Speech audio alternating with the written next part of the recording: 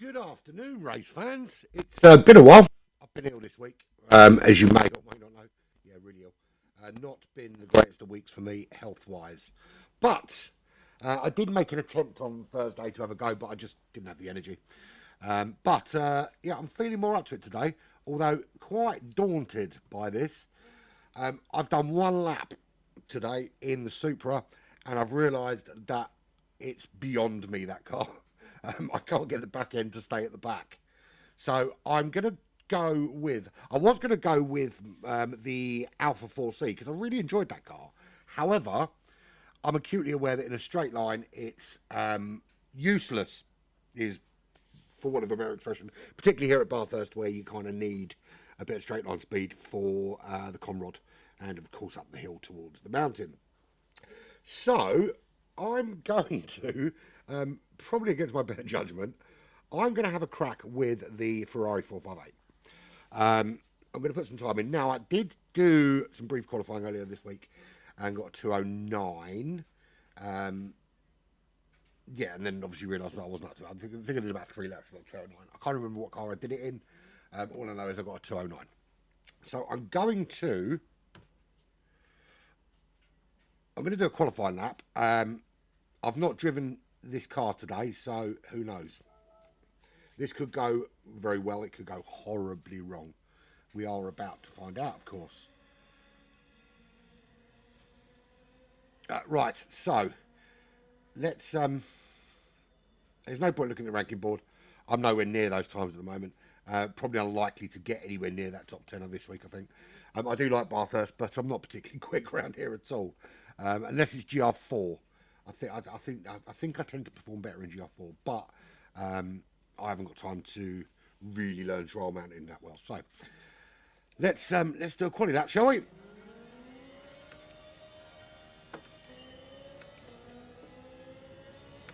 I'm not even sure where the best gearing is for this 458. I'm just going to wing it.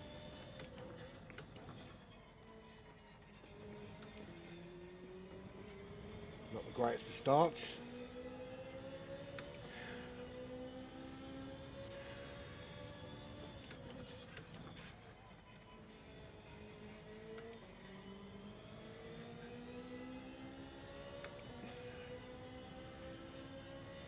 It's mad because I love this racetrack. I just really struggle on it. Probably shouldn't have changed that well, actually. I'm not going to go up to 6th. I'm going to stay rev this out.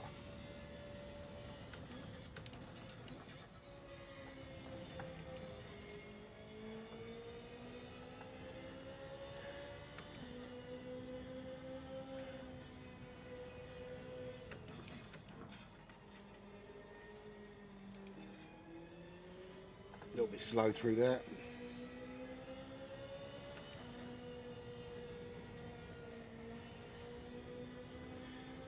I can never take that flat. I know a lot of people can. I just can't do it.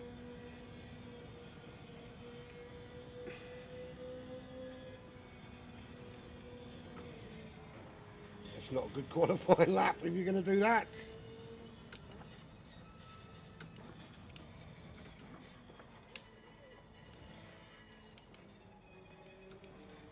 Oh dear. Not a great start, guys. Not a great start. But then I haven't really driven anything in a week, so.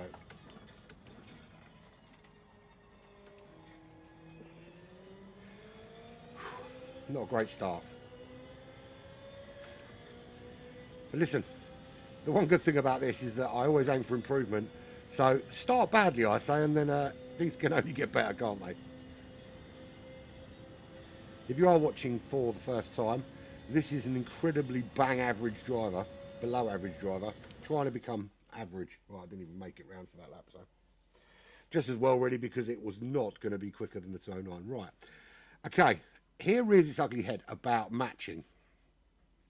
CE with a 204.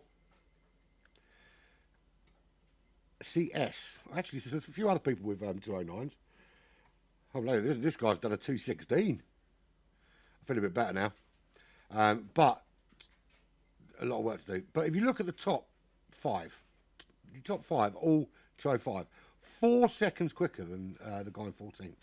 Doesn't make any sense to me to match these together, particularly when you consider that he's C-rated, S, C-rated, C-rated, C-rated.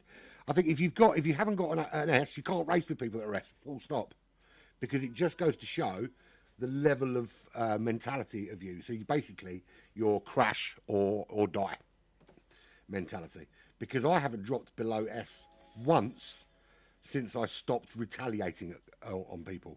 So basically, I got to S, and then the only time I ever dropped off S was when I retaliated. So all these people you see on these forums going, why do I keep dropping down to C? Because you're a dickhead. That's why. Right, I want the radar up because someone's going to get in my way. And I just know in the mountain, someone's going to hit me. Nadeem, how you doing, man? Good to see you. It's good to be back. I'm not entirely confident of how it's going to go. Well, someone's got a GTR. Oh, GTR. I didn't think of the GTR. I want to try and avoid the FR cars because I'm still not up to scratch, and the FR cars, I don't know, just not very good with them really. I should in honour of the BMW Cup later drive a BMW, but I'm not going to.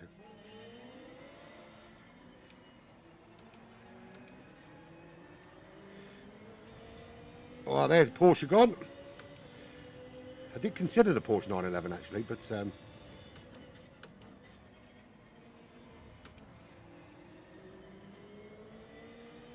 right, head down. Top 10.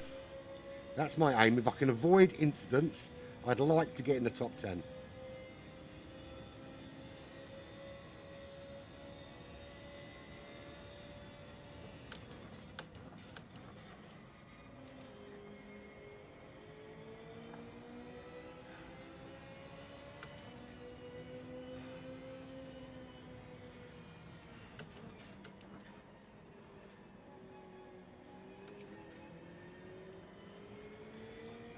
I mean, my main aim is just to keep it clean, to be fair.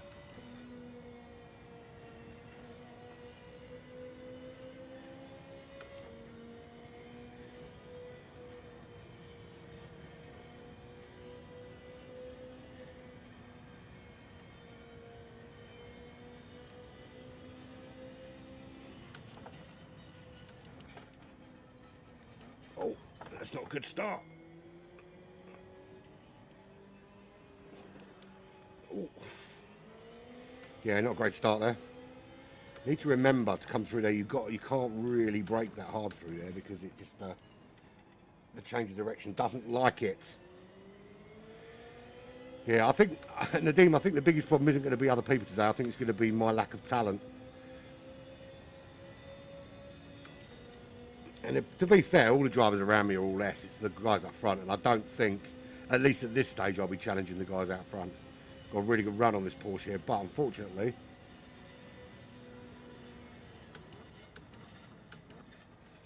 not quite close enough. A second gear, maybe.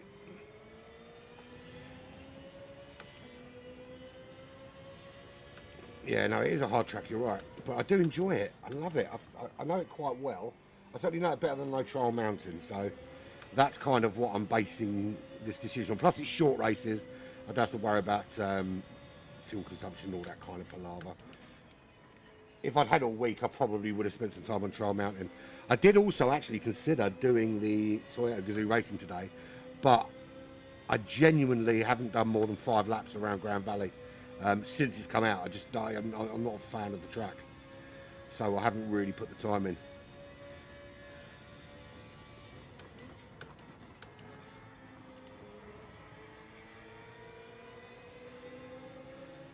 I didn't consider that that little Citroen thing, but it's not a bad shout, that car. Sounds awesome. But no, to be fair, this Ferrari does sound awesome.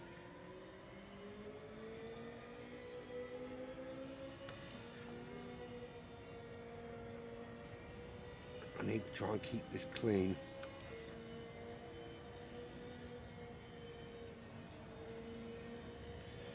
I don't know why the insistence from Daily Racing to use bloody hard tyres and all that palaver. Why not just? Oh, he's got it all kinds of wrong.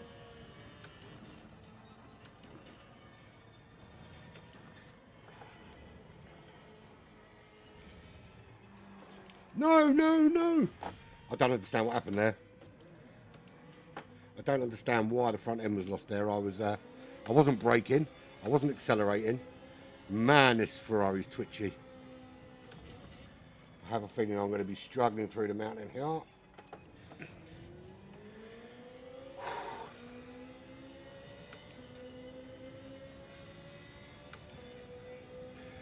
Problem is, it's GR3, and I don't know. I found a couple of GR4 cars that I love. Obviously, the little Alfa Romeo. No, to be fair, I like the 4C, so I don't know. Maybe I should consider that. Maybe if I'm going to crash all the time, my front line speed doesn't really matter.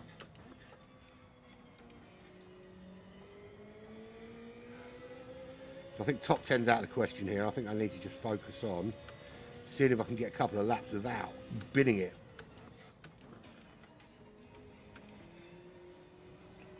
To be fair, this is my third lap in this Ferrari.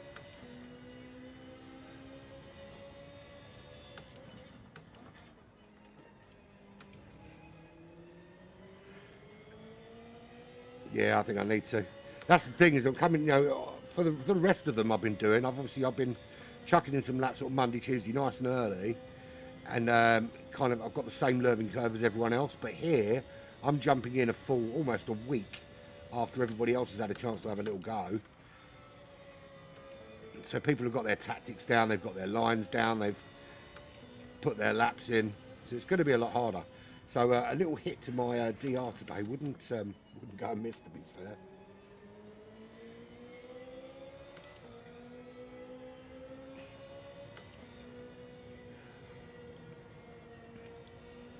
Do apologise to anyone that's been looking forward to any broadcasts this week. I've just been so ill, not really been able to do it at all. I tried to work and had to come home. It was that bad, which is unusual for me because I like to go to work.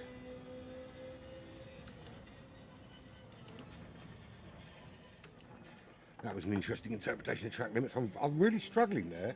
I don't usually struggle too much through that section, but I don't know. I don't know what the answer is. Get out of the car and go and play Mario Kart, I suppose, is the other option. Yeah, I'm going to put some quality laps in. I'm just going to keep racing because the whole aim of this is to improve my racecraft. So I'm going to keep racing. Unfortunately, I was actually, so the 4 hours today was going to be practicing on iRacing for Brands Hatch in the Clio Cup, but they've decided, before my favourite track of the 4, to cancel the series. I mean, there wasn't a huge amount of interest anyway, but it's not the point. You know, they did all the American tracks and they did Alton Park, and then we get to the track that I actually know quite well, and I might have done relatively well at, by my standards, and they've cancelled it. So a little bit disappointed with that.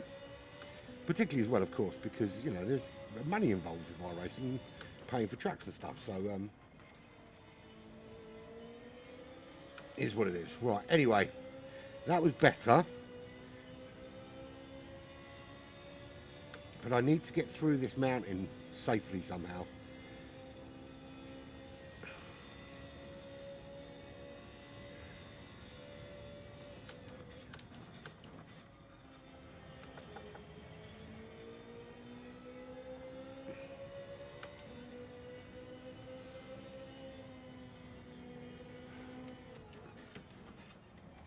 A little bit deep into there. I think, you know, to be fair, I haven't driven many miles in this Ferrari, so it's a case of learning it a little bit, I think, as well. I wasn't a fan of the feathers on GT Sport. I found them to be incredibly hard to drive, so I've kind of brought my prejudices to GT7 with me, which I did with the McLaren, and funnily enough discovered actually that I really like the McLaren. That's better. It's that patch of grass, got to stay off that patch of grass. So it looks like the track was wet and is now not. Oh, come on. Nearly went a whole lot about crashing then.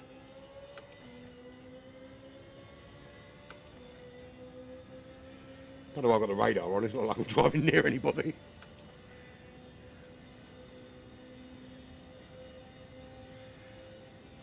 I think what I'm going to do, I'm going to give it 3 or 4 races here at Bathurst, and if I can't get to grips with it, I can't improve, I might flick over and give Trial Mountain a little whack.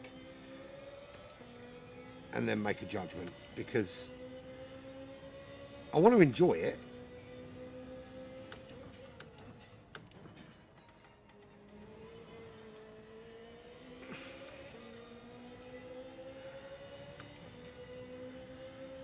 And no one wants to watch someone driving around in last place.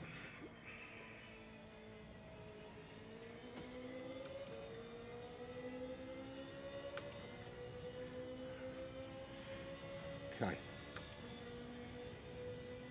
I haven't gone. I want to go sub. If I can go sub 210 here, that'd be great. Someone knocking on my door.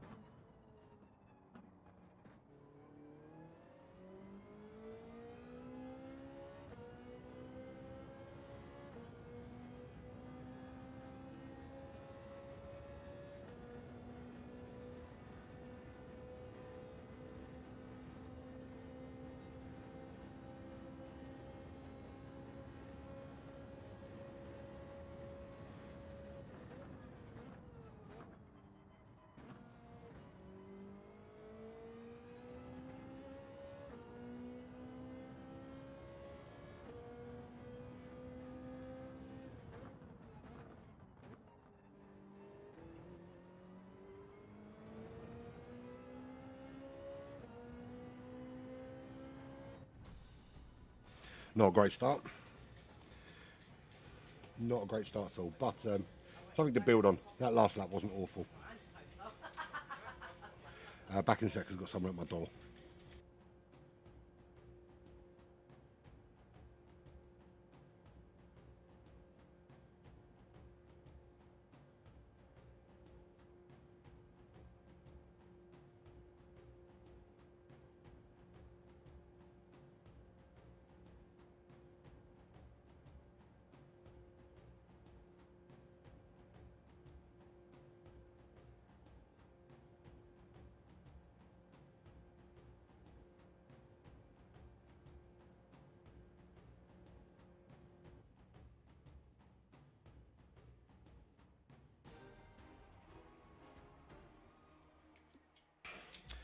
Yeah, that was well, the last lap wasn't awful. The rest of it was pretty damn awful though. But that'll be a drop in DR. Clearly, I'm not even going to bother with a replay there. I'm not going to learn anything from watching that back again. And to be fair, it was pretty clean actually. Well, it certainly wasn't my end. I didn't really see anyone to make that judgment. Right, quali laps, quali. That's what it's about. So let's stick with this car. Change the tyres. Boom. Right.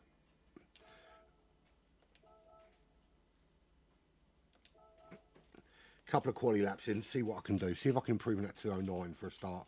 But clean is the order of the day. Let's have it.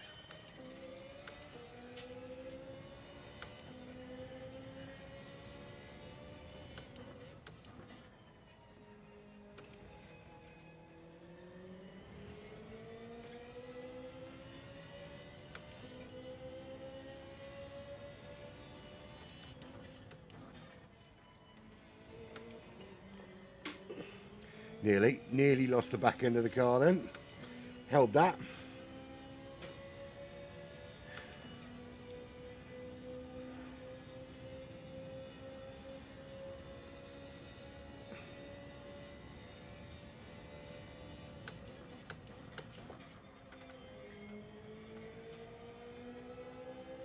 Could probably go quicker through there, but I just want to... I think I need to ramp it up, and I think the first thing I need to do is get clean laps. Once I've got a couple of clean laps under my belt, I can start to look at where I can shave a tenth or two here or there.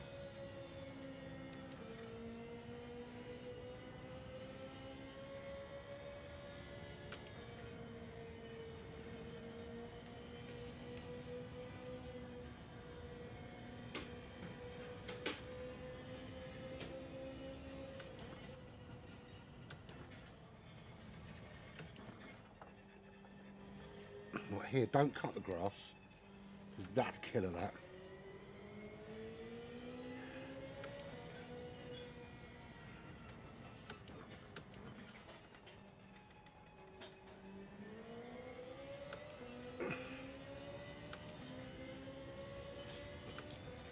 You do indeed, mate, need to get practicing. Yeah, fire it up, man, get involved.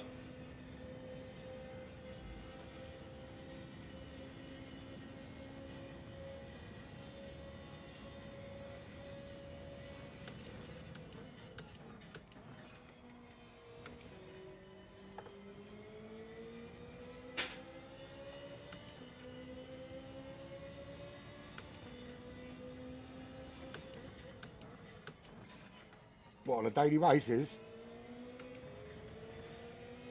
I can honestly say in a 5-lap race I haven't been lapped just yet, but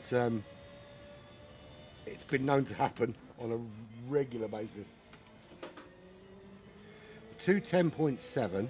I've done a 2:09.7 when I wasn't even trying. Can't remember what car that was in actually.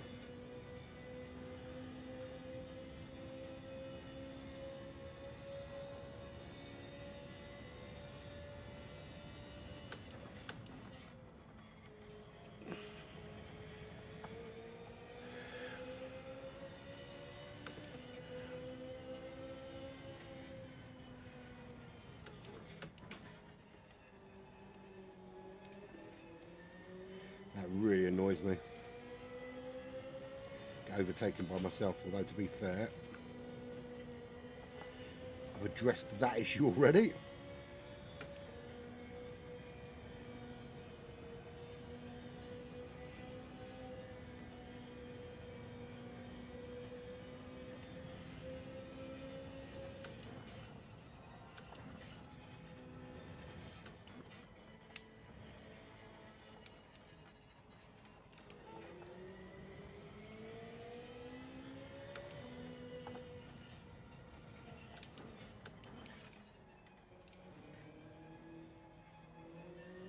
A little bit early to change up there. I like the idea of changing up to third to get going, but I'll do the mini challenge. That's an awesome little series, that mini challenge. Absolutely love it. I think it's brilliant. I love the how close the racing is as well. It was good to see my friend Graham actually, who's joined us quite recently, get his first win as well in the mini challenge. Congratulations, Graham, if you're watching.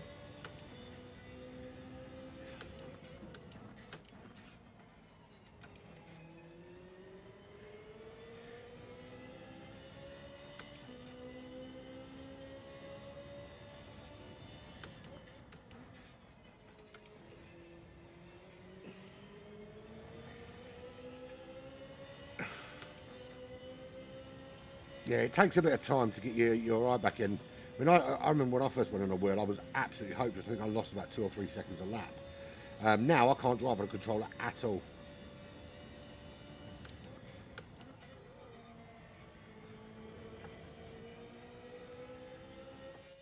Okay. Didn't improve on that 2097. I can't remember what car I did that in. I think I can have a look, can't I? I can have a look at what car I did that in, can I?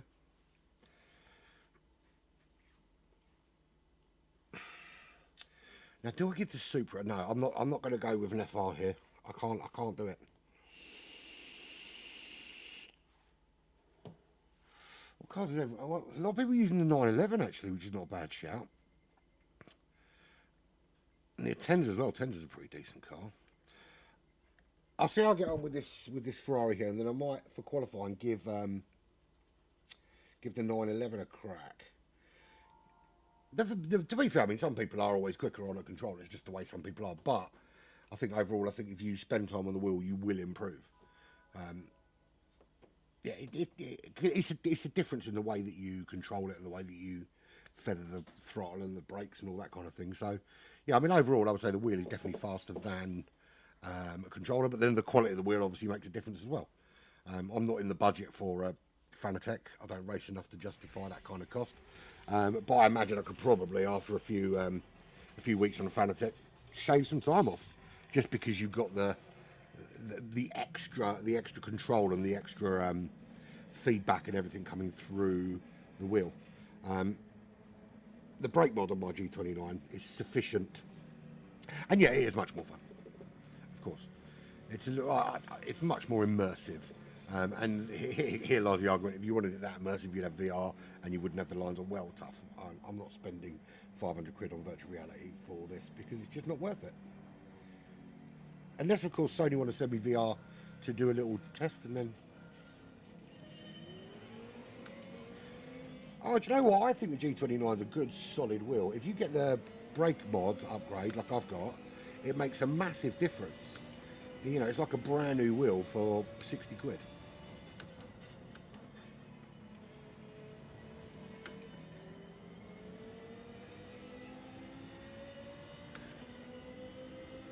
If I played loads and loads of different games that had VR, I'd probably consider it, but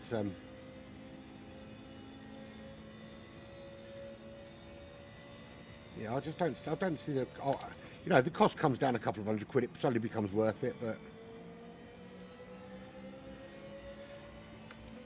I figure if I'm going to be spending that kind of money, that's halfway to a Fanatec, and I think if I'm going to make any kind of investment beyond what I've already got, that would probably be it.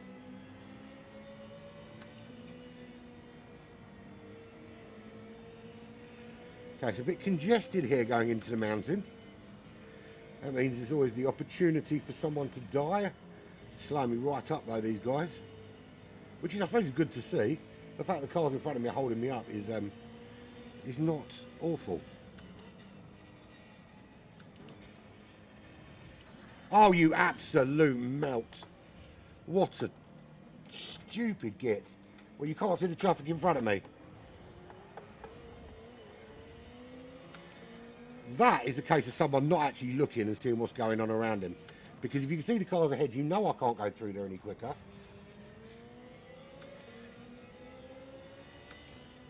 And there we have people. This is why people shouldn't be allowed to breed without a license. Look at the state of my car.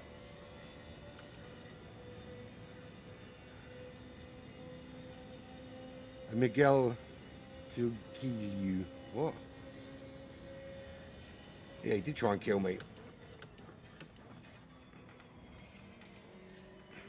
Yeah, Miguel to kill you.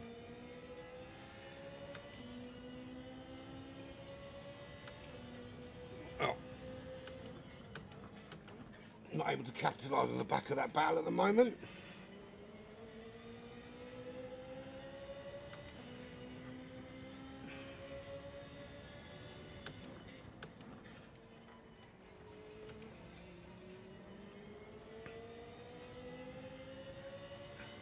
I'm finding a bit more consistency, which is good, I suppose.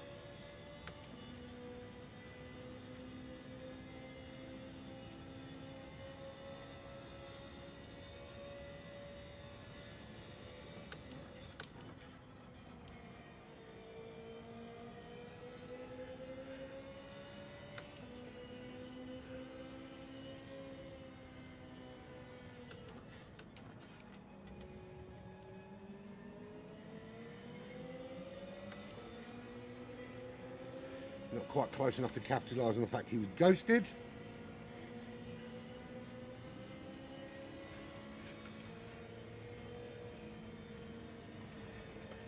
Stay off the grass because it's clearly wet.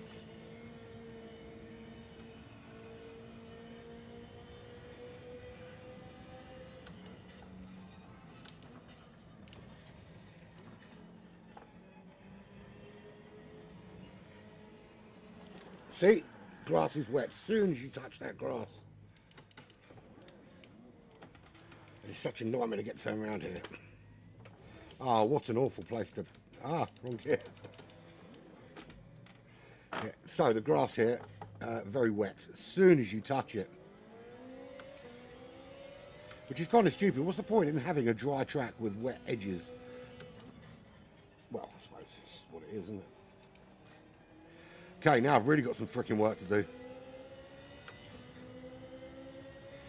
But you die in the mountain here and it absolutely killed you.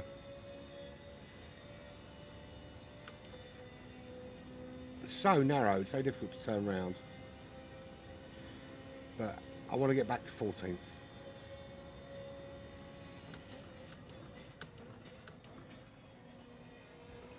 Still struggling a little bit from being ill this week. Not, you know, I'm much better than I was, but still very tired.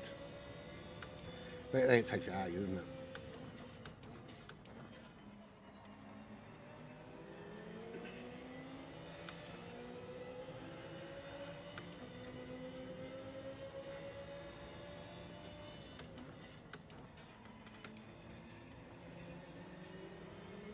Much better run than the two Supras. They're going to go side by side. There's not going to be any room for me because these two are going to try and take each other out. But it would be remiss of me not to try.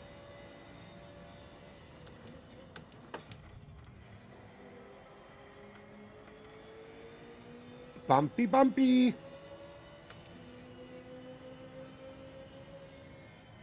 Oh, shit. I'm not taking responsibility for that.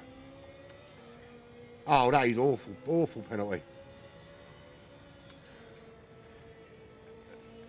Absolutely no need to brake where he did. I suppose you have to anticipate they're going to do it.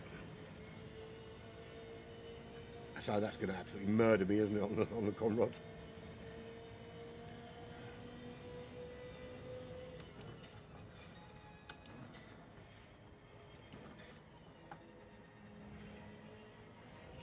Stay away from the grass.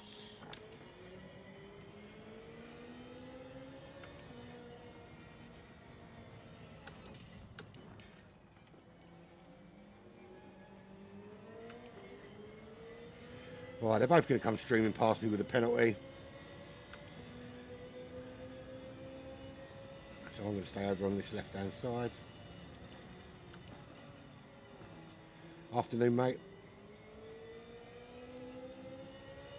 It's not going well, Jay, at all, even for me at Bathurst. It's going very badly, in fact. It's going so badly, I'm considering Trial Mountain. And you know I'm not a fan of that track.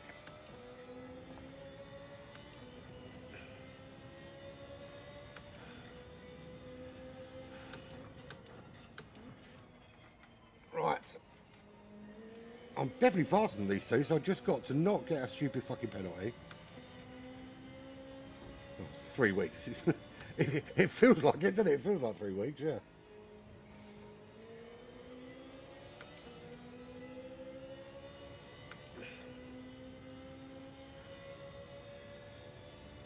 Yeah, I was planning on getting on yesterday, but just energy levels have just been so low.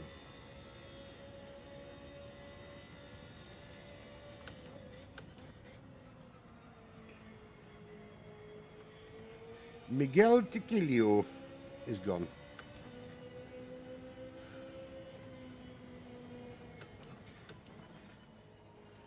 I think I'm going to have a go with the 911, you know.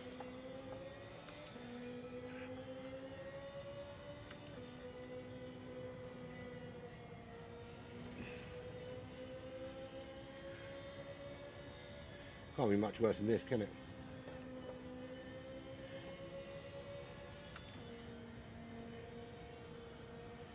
It's just so hard here because the grass is wet, which means the curbs are wet. The line's slightly different for you. You can't, like, normally you want to cut that corner there, but you can't because as soon as you touch the grass, you die.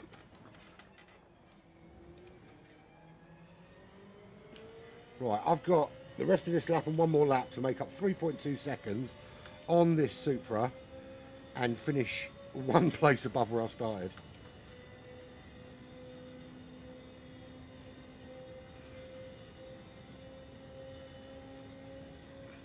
I thought about that, but the Supra seems to be the car of choice around here, and that's FR, and I've really struggled with it, to be fair.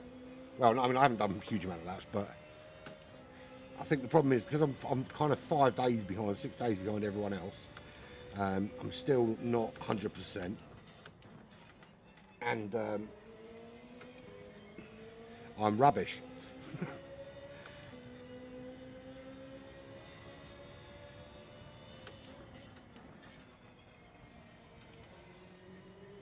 2:11.3. If you consider that my qualifying times are 2:09.7, it's not the end of the world.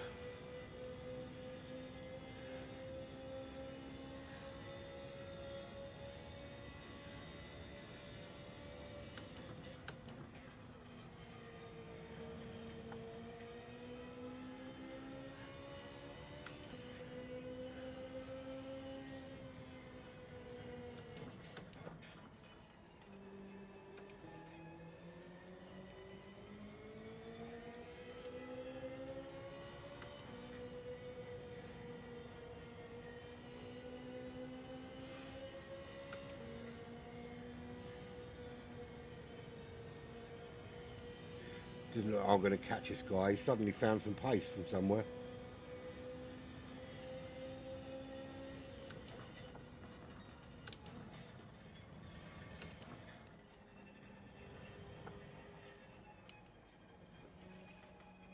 Oh, fuck's sake.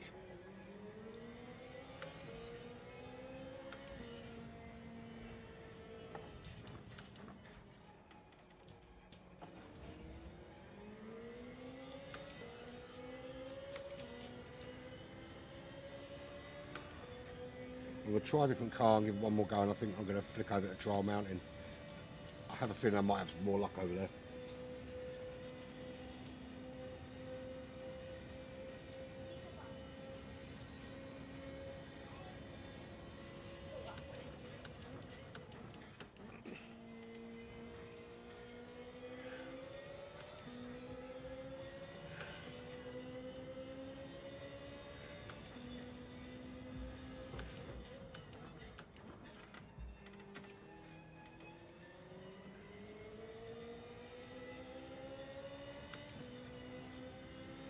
There we go.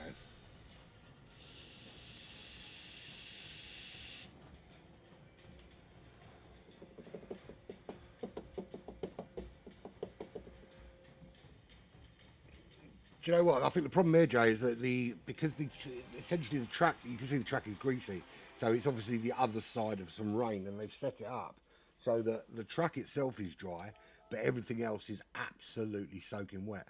And I think this is what's causing me problems because obviously I'm not awful at this track, but my line does involve going over the curbs and cutting corners and stuff.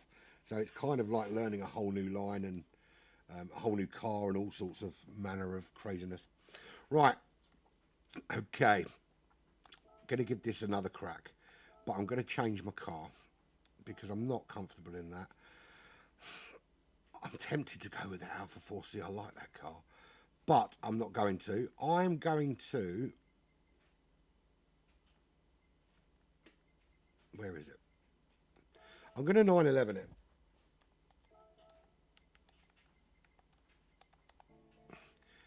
And see how we get on. What's the worst that can happen? Let's get a quali lap in, see how the 911 works out.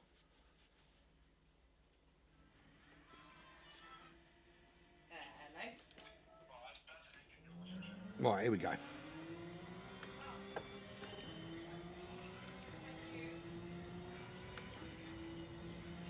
Can't use 155, mate, it's GR3. Because if I could, I would already be in that Alpha. But that's my speciality around here, is that 155 with fuel saving around Bathurst. Whenever they do the GR4 with a kind of close pit stop, I can fuel save it and be quick. Because that was what got me to my first ever B rating, if you remember. It was racing around here in the Alpha 155 and no stopping it.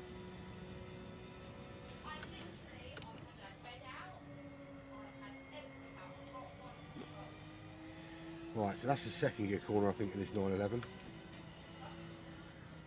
You drive the Porsche quite a lot, Jade. Rev it out or short shift it?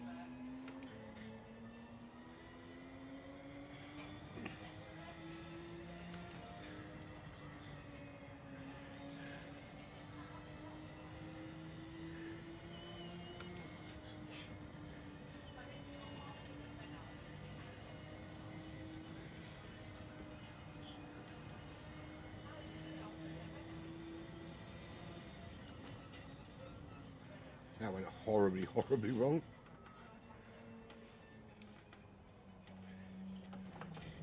Rev it out. Okay. I'm not going to fuck around with serving that pen out. I'm just going to go again.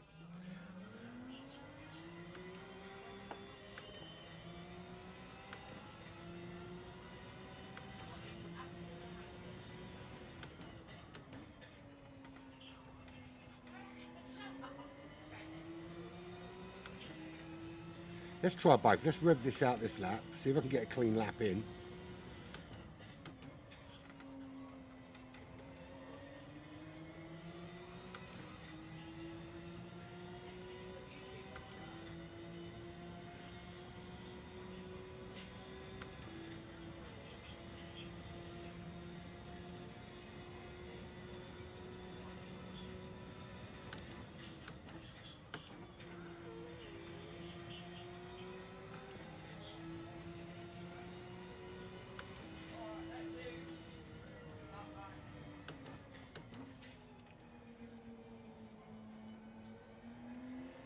It has got a very long fifth gear, you're right.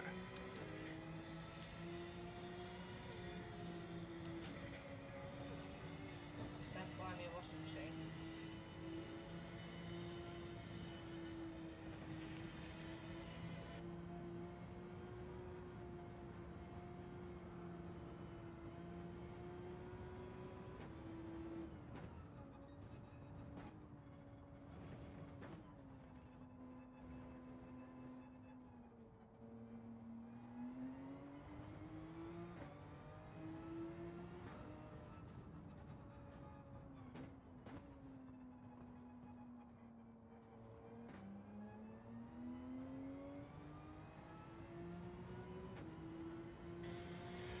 I'll give that a try. I'm a little worried though that fifth gear is gonna bounce.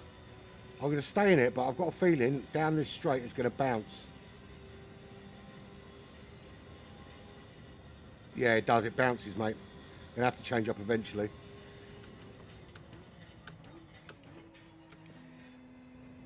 Yeah, I'm gonna have to change up to sixth because it bounces towards the end of the straight. Up towards the mountain it'll be fine, but coming down the conrod it will bounce off. I want to be bouncing off the rev limiter. I think that's actually cost me a decent lap there as well. Yeah, it has.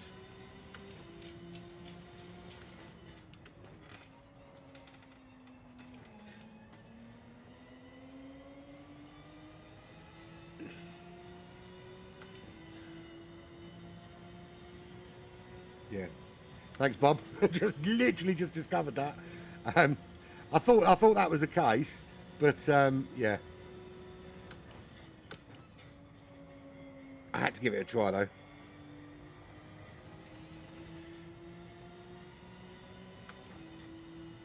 I feel a little bit more confident in the 911, but I just well, you know my feelings on the 911. I think everybody uses it for everything, but then I suppose it's the best car. It's the best car. I don't know why I've got Fanatec on my wing. I don't even use a Fanatec.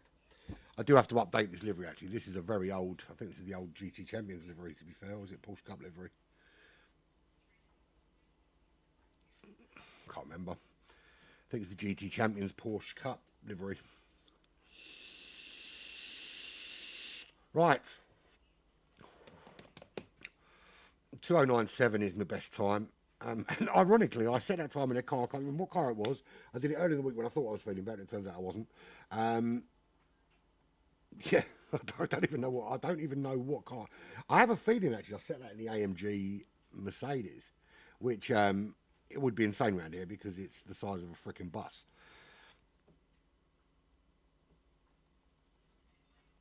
Yeah, I thought it was. That's the Porsche Cup one. I should probably change it. I suppose that shows how long it is since I've driven the Porsche. I might do an updated one later. See how comfortable I get with this Porsche around here first. Right, here we go. Yeah, it's all going this afternoon, sick this week, and now our washing machine is gone, so we're getting a new washing machine. Yeah, pain in the arse as well. Right, let's have it. Let's see if I can do something more with this Porsche than I've been able to do so far with the Ferrari. It seems to be the car of choice. Yeah, it is pretty planted, to be fair. I think this track is more suited to the MR cars than the FR cars. I think if you're good with an FR car, I have updated it a little bit from previous this livery. Might keep it. Yeah, I think if you're really good with an FR car, then you could probably be pretty quick around here. But I'm just rubbish with keeping a back end behind the car. Right, let's have it. 12th. It's my best qualifying start so far.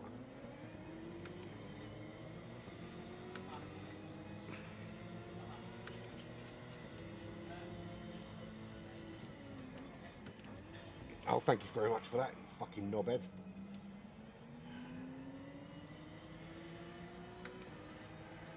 There's always one, isn't there? Oh, is it the WSR Porsche Cup livery? Ugh.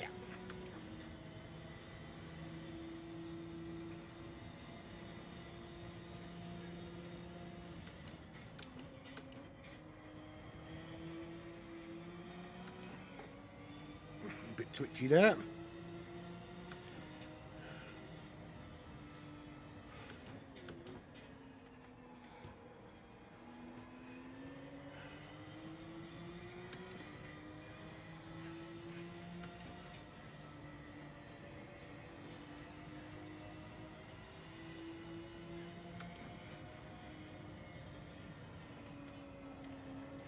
Getting held up. It's the worst place to be much quicker in the car because it really slows up your momentum. If you're wondering why I brake early, that's because I like to brake in a straight line.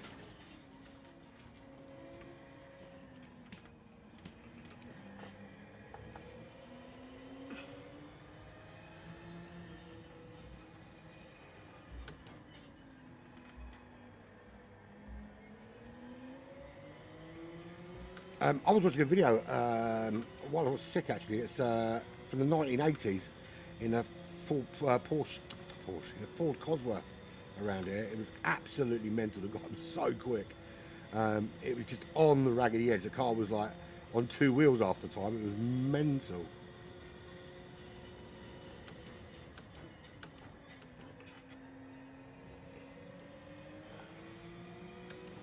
Watch your entry! Okay,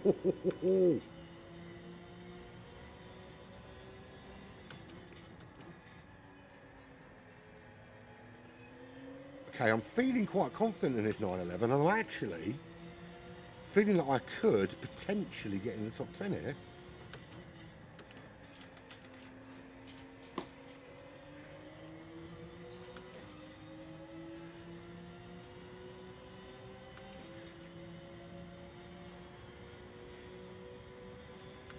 Yeah, I'm nowhere near ready for that Supra. I love the Supra. The problem is I think just round here it's such a difficult car. The change of direction and stuff is just... yeah, I think I'm going to save the Supra for a track that is not quite so technically complex. That's the thing, I love this track, but it is a very technically complex track. Requires a lot of different skills that I don't have.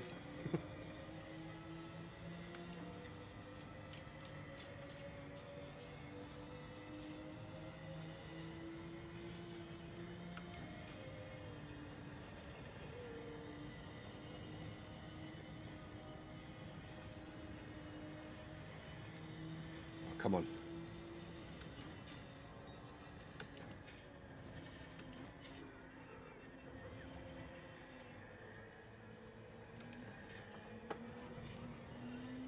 As soon as you touch that grass, it just gets a little bit squeaky bum time.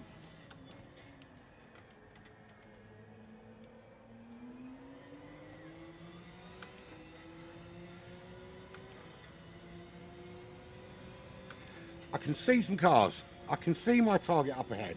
And my target is top 10, of course. Yeah. To be fair, Bob, if I hadn't been ill this week and I'd been on since Monday, I probably would have used the Supra because I would have had time to put the laps in and the effort in. Because we're kind of Saturday and I've only got a limited time to do it, and obviously I've got to take a break before the BMW Cup broadcast later as well. I think it's best to focus on a car that I'm a little bit more comfortable with. I mean, you'll see I actually planned on using the Supra from my thumbnail picture. It was genuinely, actually I think I might have set that time in the Supra, that 2097. So I had the Supra ready to do it. I made the Supra last week with the full intention of using the Supra here at Bathurst. I did the Supra as well because I was also going to do the Toyota Gazoo racing thing. However, just where I've been ill, I haven't had time to practice. It's on a track that I'm not exceptionally gifted at. I don't particularly like Grand Valley either. I think it's a dog shit track.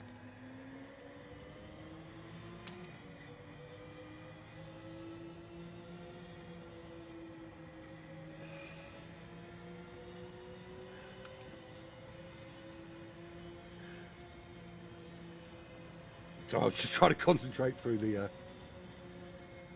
I think sometimes, you know, if I was an A driver or, you know, at the top end and I wasn't, you know, bang average, then I think, yeah, I can jump in cars. I think this is the problem, is you get a lot of drivers of my level that watch the top 10 drivers and think, oh yeah, I can do that. The thing is, I don't think you learn much. If you're a D or a C rated driver, I don't think you learn much from watching the top 10 guys. I'm not saying don't do it. I just don't think you learn much from them. I think if you try and do what they can do, you're not going to succeed, because you can't do some of the stuff that enables you to be able to do that. If that makes sense. So there's a lot of skills behind what they do in order for them to be setting the times that they do. And I think it can be detrimental to your own driving style, because I think it's important that you drive to what you're comfortable with. Yeah, of course you want to make improvements, but I think if you watch the top 10 and you're not an A driver, an A plus driver, you're not gonna, you know, trying to emulate what they do is ridiculous, because you just can't do it. Now no, I'm not saying I don't watch them. I do. I watched a couple of them actually, and I noticed that they can all quite happily take the curbs, despite the fact that they're wet. Drag race with the BMW. Yeah, you can see their braking points. No, I totally agree with you in that respect.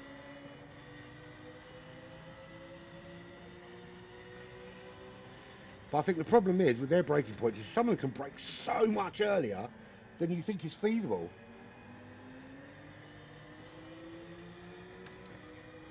But then it comes down to equipment as well. I mean, if you don't know that these guys aren't running £2,000, £3,000 rigs. You know, even if, you know, I'm on a G29 and one of these guys run a Fanatec, they're going to be quicker than me because the equipment is just that much better. So that's going to make a difference as well. Plus, you know, obviously time. I've got that all kinds of wrong. Got away with it, I think.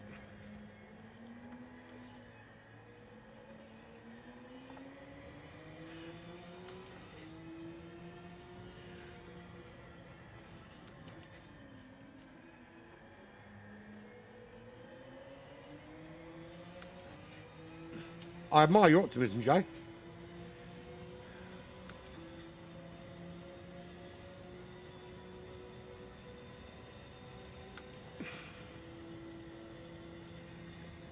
Yeah, 3 places would be nice. I'm not sure I will though. I was a little bit shit through the mountain that time.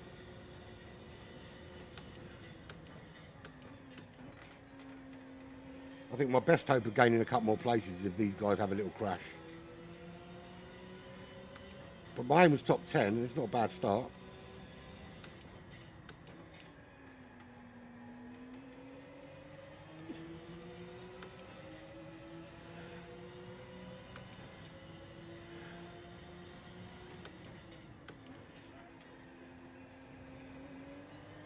Whoa.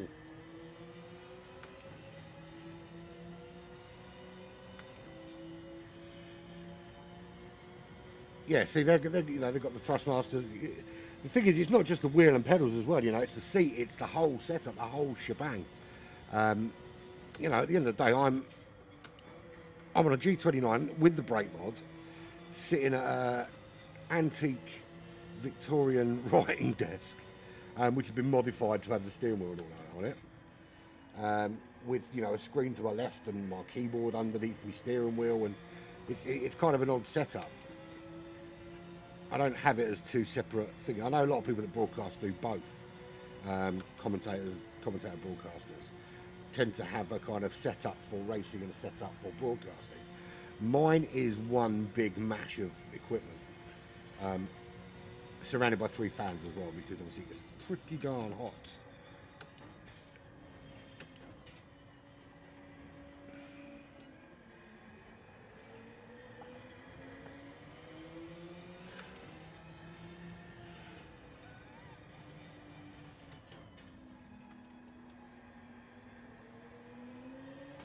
Come on. Decent run here, you never know. Not getting much slipstream though, I'm not getting any slipstream, and he's getting loads.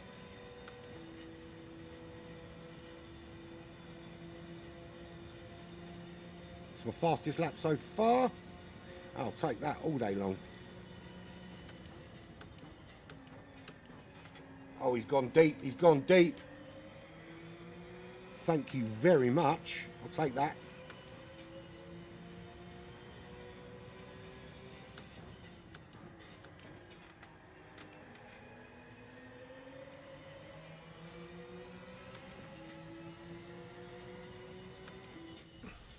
Yeah, I've got the same, Bob. I've got the G29, but I've got a potentiometer mod for the brake, which is, it's not quite a load cell, but it's the closest thing you can get to it for the G29.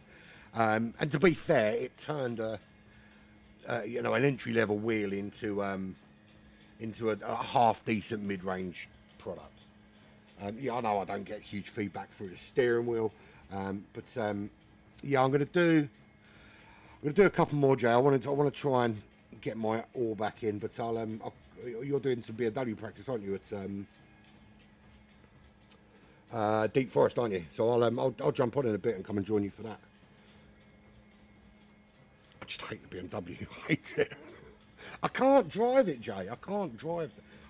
I just think I struggle with all rear-wheel drive cars.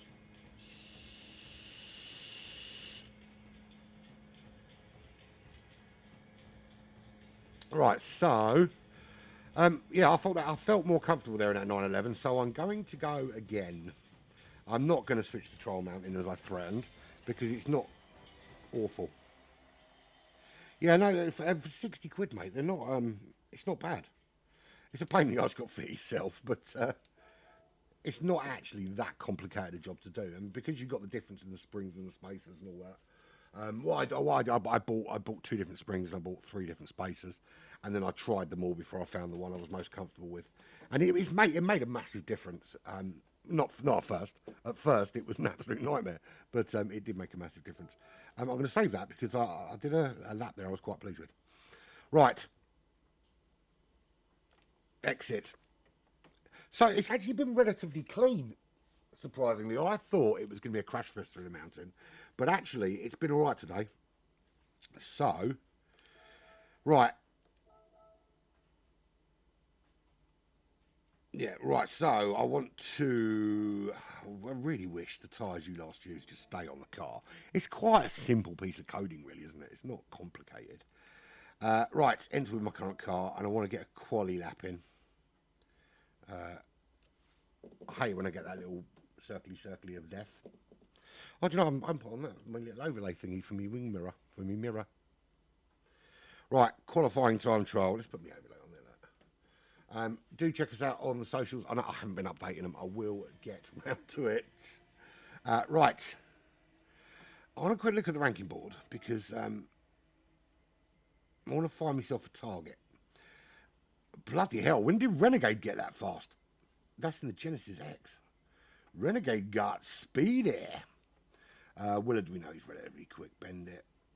Actually, if I'm looking at people around me, Chip Reese, I can beat him, so that should be my target there, to beat that 2092. Yeah, okay, that's my target. Bloody hell, everyone's quick around here, though. Obviously, I'm going to count out Simonis because he's an Olympic qualifier, for Christ's sake, so he's well out of my range. But Roses did all right there. Roses pretty darn quick. Stormfly, of course, we know he's quick. In the Genesis as well. It's an interesting choice. I didn't think of that. Right, let's get a quality lap in and see if I can just improve that track position just a touch. Okay, that's my aim. I want to be regularly in the top 10. And I want to beat Chip Reese's qualifying time.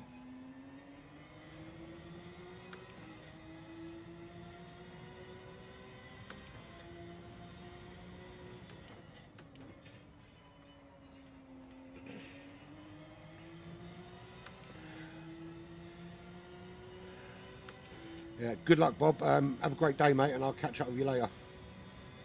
Thanks for joining in.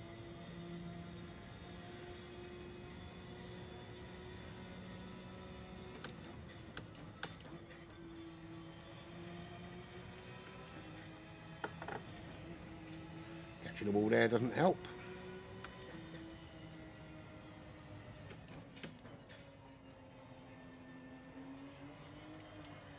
Ah, bollocks.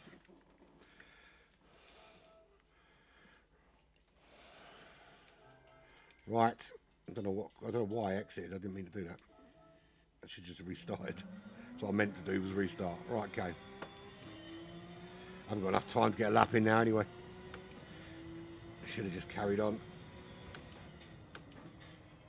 This is the thing with daily race B, you don't get a lot of time in between to set a quality lap. I could, I suppose, skip a race and just spend the time qualifying, but I don't really want to do that.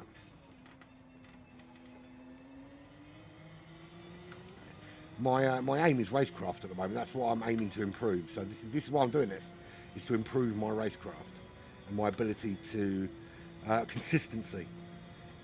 I'm never going to put in super hot laps. It's just everyone has their skill set, and going quickly is not mine. But what I've realised is that if I can be consistent, I can beat one or two people, which is kind of my aim.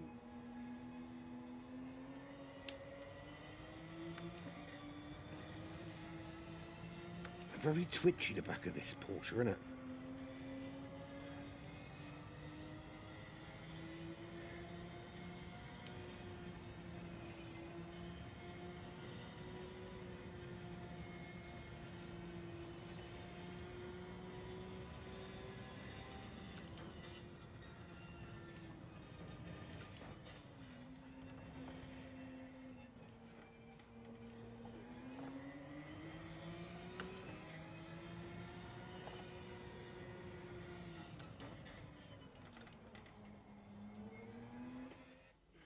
Right.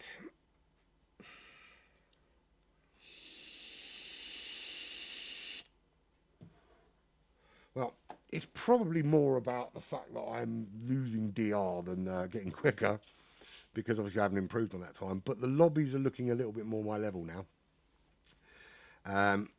Yeah, we still got the 206s, 207, 208s in there, but opportunities now for potential gains. So qualified in 9th. If I can get some consistency, I might be able to nick, I'd like to say top 5. I don't think that's feasible, really. But we'll see. We'll see. I'm not going to get an opportunity to do a quality lap after this one because I really need to pee. So I'm going to go and do that in between these two races. Right, okay. So I'm in ninth. I'm aiming for seventh if I can. That'd be a good target for me. A couple of places gained. But most of all, I want to at least finish where I started. Considering the day I've had so far. A lot of French drivers in the lobby, which is always a big alarm because, yeah, well, we know that in my experience, that the French drivers haven't been the cleanest of drivers. That's not all of them. There's some French drivers that are absolutely wonderful and great and very fair. But in my experience of dailies is that if you're going to get crashed into, more often than not, it's going to be a French driver. Right, okay, that is an awful, I tell you what though, ninth is an awful place to start because of the rolling start where your car is halfway through the corner. So actually you want 8th or 10th would be more preferable, I think.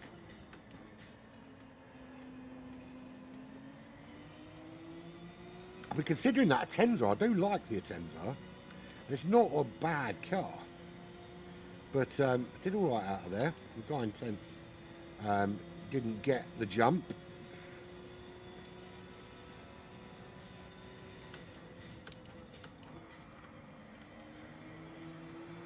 Oh!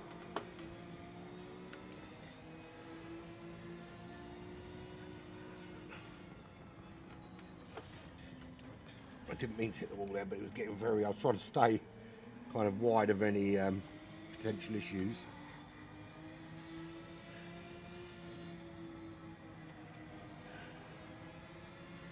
Dirt, yeah, through the mountain. It is killer, man.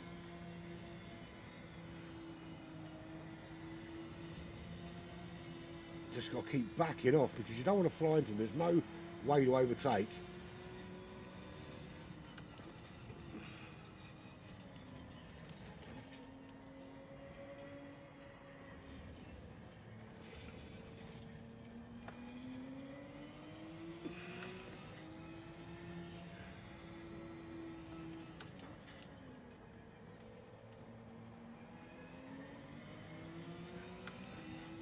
Half decent exit.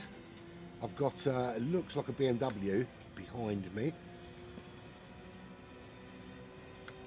but we saw how aggressive these French drivers are. Antoine getting into it with that other guy.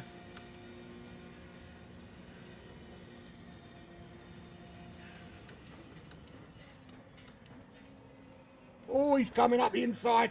That is awful driving for the BMW driver. Awful. Absolutely awful driving. He was never going to make that.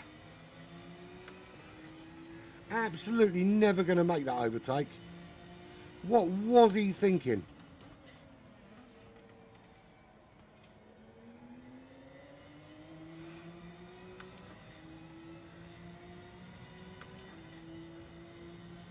So there we have it. Back to the usual shenanigans at this level of dailies. No thought to whether the move can do it. I thought, yeah, I'll just chuck it up the inside, it'd be fine. Because let's face it, if I hadn't have been there, he would have ended up on the grass. So, a lot of work to do now. All the hard work in that one undone by one insignificant little pissant.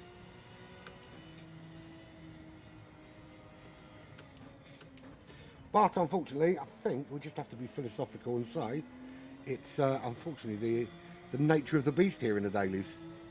That sometimes there are people that just make very, very poor decisions. Obviously, the problem with the short races is that once it happens, there's not a lot really to do to rescue it because it's not very quick. No, I'm certainly quicker than these guys. I'm not worried about that. I just think I think any opportunity for top 7 now is probably out of reach because I was a similar pace to those guys around me, And now, of course, they're still travelling at that pace, but several seconds up the road. At least this one had the foresight to move out of the way. Saw me come in, could have blocked me off, made the right decision, I think. He's gonna, yeah, because he's going to want to do this.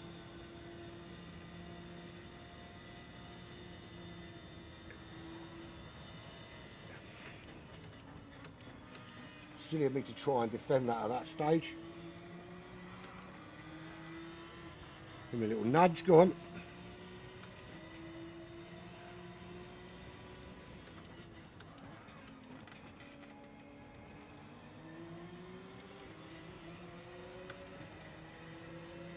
When you ghosted, stay off the racing line. What the fuck was that for? Oh, you're kidding me. That's a little bit unfair. What am I supposed to do? Stay behind a ghosted car?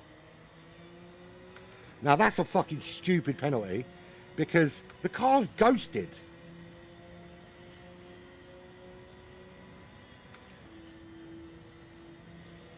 How many times have you passed a ghosted car under yellow flags and not had a penalty?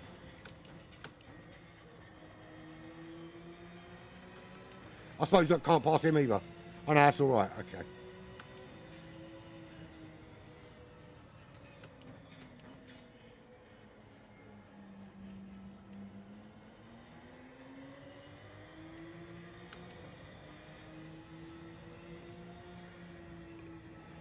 Yeah, no, you're right. I think I might do actually. You're absolutely right. So the demonstration of the difference between the guy that chucked it up the inside and the guy that realised that he couldn't, that moved out of my way knowing that he could pick up my slipstream and make the overtake later on.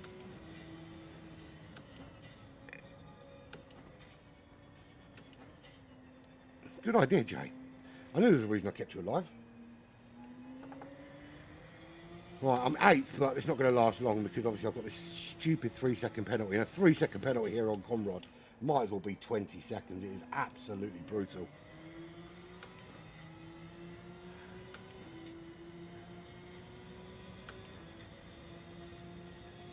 Staying on the outside here. Let's get changed down.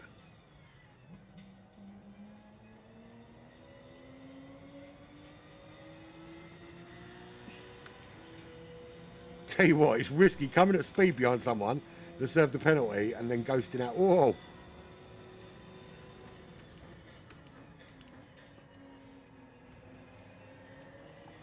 Right, okay, 11th.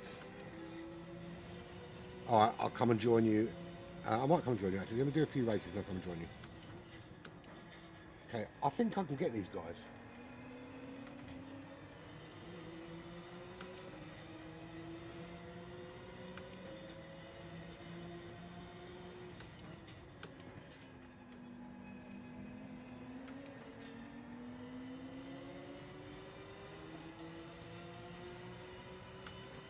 Ricardus, how you doing, man?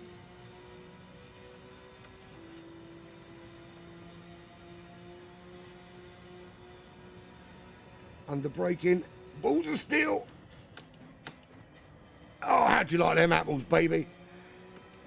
Okay, I'm starting to get into a bit of confidence now. Feel like Nigel Mansell. I'm going to shave off my beard, keep my dodgy porn moustache, and talk with a Brummie accent. All right.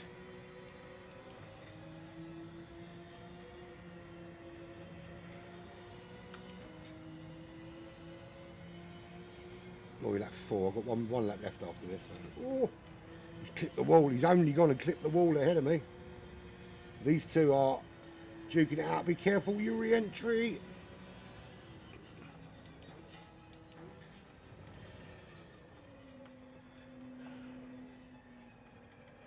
No. Oh.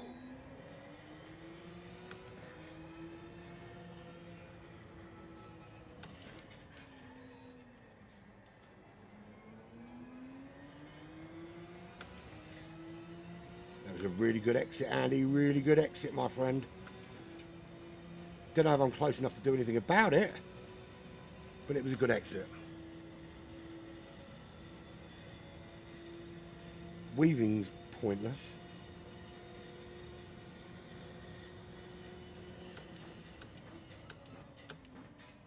Oh, has he struggled to get it slowed down?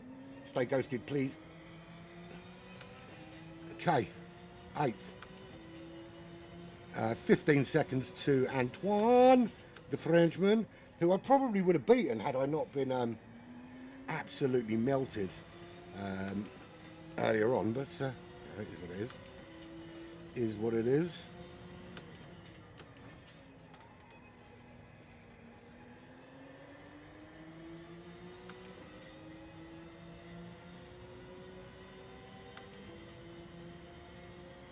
Do not want this guy in my slipstream.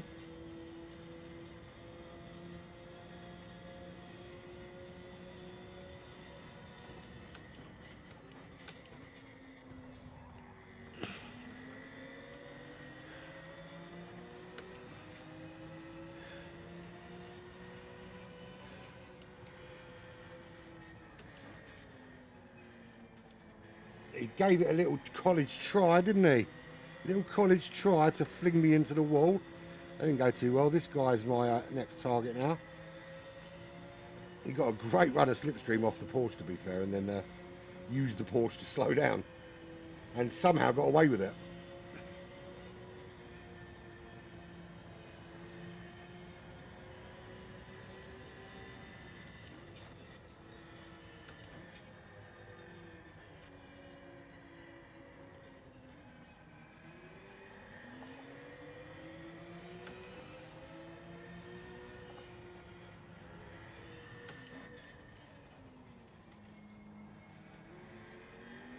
Not the greatest of exits. But I'm close. Serve a penalty, serve a penalty, serve a penalty. Right, don't know if I'm quite close enough to get it done. Now, question is he going to go inside or outside? He's going to go inside.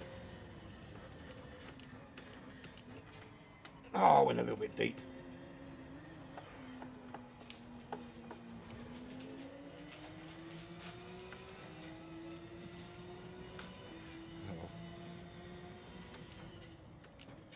I apologise to the Porsche. Oh, man.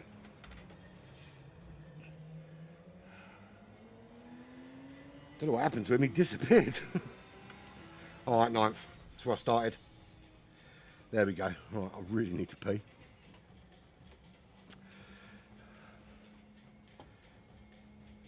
Right, I'm growing. I'm growing in confidence now. Not going to get to a quality time, but to be fair, I'm starting mid-table at the minute, so. Do you know what? I've just seen someone in the BRZ. I didn't even give that any thought, the BRZ. Quite like that car, but I'm not going to change because I'm comfortable with the 911. I need to wait. I'll be back shortly. Don't go anywhere.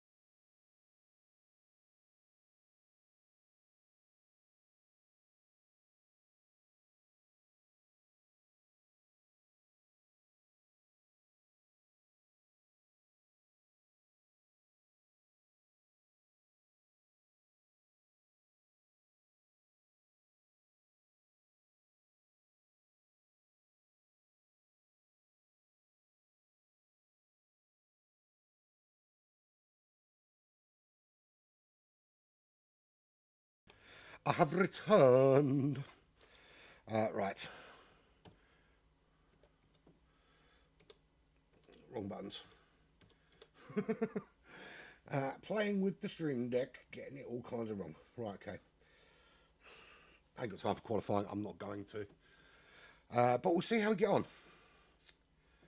So I'm growing in confidence, which is important. When I started at 1 o'clock, I'll tell you what, 1:30, I was genuinely reassessing my life choices. You can tell I'm still out of breath. I've been really struggling this week. In all honesty, really struggled health-wise. But you know, it is what it is. It's what happens when you get old and you're old and fat and bald. Well, not the baldness got to do. I didn't lose my hair from illness, at least not yet. Right, so broadcast later, we've got the next round of the BMW Cup Lobby 1, and I tell you what, it's really hotting up. And of course, Black Flag. I say, of course. Hey TJ, how you feeling, man? How's your bumhole? Sorry, man. Yeah, so as I say about the BMW Cup in Lobby 1, it is really hotting up in Lobby 1 in the BMW Cup at the moment. Greasy Sam Squanch has taken the lead of the championship, I think. But Black Flag are the current lead team. I'm not bald, just fat. No, I'm bald as well. I'm bald and fat, mate. People ask, are you in shape? And I say, yes, I'm round. It's a shape. The irony is, even though I was sick, it is what it is. But at least my arse is fine. Yeah, so if you want to check out, as I say, we'll check out the BMW Cup later. See how Black Flag gets on. We've got, I think we've got three drivers in Lobby 1 this week again. Nice and stretched. Thank you for sharing that. I'll be sure to remember that image, that vibrant description of your bumhole. Yeah, check out the BMW Cup later. See how the boys go on. Jay obviously will be racing in Lobby 3, I think he's in, or Lobby 2. We got some drivers out there anyway, but looking to improve on our current lead of the team championship. And I don't want to say I'm surprised we did so well, because I know the guys are good, but it's great to see that among such great teams as Leviathan Racing Team and Mash Spuds and even High Pre, that we are leading that championship at the moment. Just Monkey Man Macho is kind of taking the charge. He's bringing it to Greasy Sam Squanch, but you know, you can't count out the current world champion Sharky, of course. He's super quick. A number of them chucking in some great times. I think anyone in the top 6 or 7 at the moment can really take that championship forward. So looking forward to that. And of course, you can catch the onboard footage from drivers like Greasy. I know he broadcasts his races live. And of course, our very own Slippy Slipstream. So here we go. 10th is qualifying position. I'm aiming again for 7th. Hopefully this time I don't get someone going Leroy Jenkins on me. Oh, that's good. It's good to hear, man. Good to hear that you're on the mend. Let's not talk about your arse anymore, though. Thank you very much. Right, let's have it. Warm up completed. Let's do it. Is there any benefit to the warm up? I've never checked. Are your tyres in a better shape if you do the warm up, or is it just a thing while it's loading? Is there any? There's the question. Answer on the postcard. I've got 2 questions actually. One, should I leave my brake balance in the middle, or should I change it for this Porsche? I haven't actually asked that question. I've just realised I can't change the brake balance. And the other is there any benefit to the warm up? Right. No, there is quite some variation in the cars. I wouldn't ordinarily go for the 911, but I'm kind of finding this one to be the... They are also round. Right. Now, I was 9th last time, and it's on that tricky bend. And I suggest that 10th might be better, although I'm not entirely sure, having seen how far back 10th was after turn 1. I'd like to think it was my exceptional skill through turn 1, but it probably wasn't.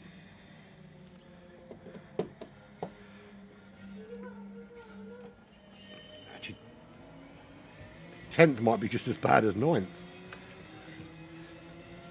Not a bad start though.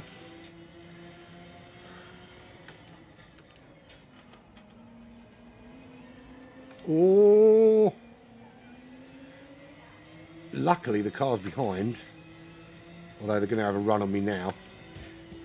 I really wanted to step out then. I'm going to stay up the inside. I'm not losing 10th place on lap 1. Not happening.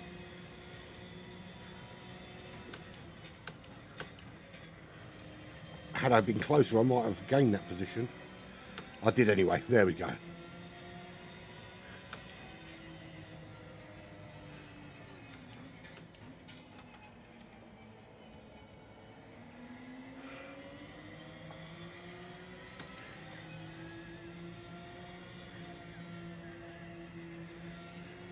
Lovely rainbow coloured GTR ahead. It is a GTR, isn't it?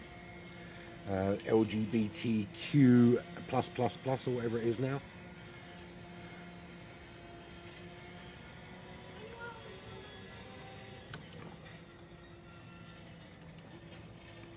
Oh, love it, love it. People dying in the mountain is helping me immensely. I'm off to buy a washing machine. Awesome. If you weren't watching earlier, we've got a broken washing machine. Big pool of water underneath it. Thought it might be one of the pipes. Turns out it wasn't. It's the washing machine. And now my missus is going out to buy one. Awesome. And so is my daughter as well. My 9-year-old's also going to buy a washing machine. Quite what benefit she's got to offer in the washing machine choosing stakes. I don't know.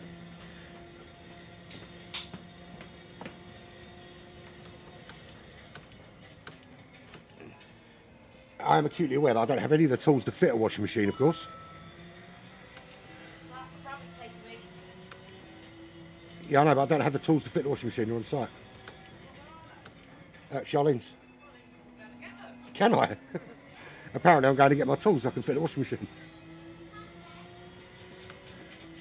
I will send one of my children down there. It's only down the road. You're sending one of your kids? Yeah, I'm going to send Dylan. You do nothing around here. Shut up! And you're sending one of your kids? Wow, Dad, wow. Yeah, I didn't think there was any difference in the warm-up. What about brake balance? How should I be having my brake balance here? Should I leave it central as it is at the moment? Or should I be doing something else with it?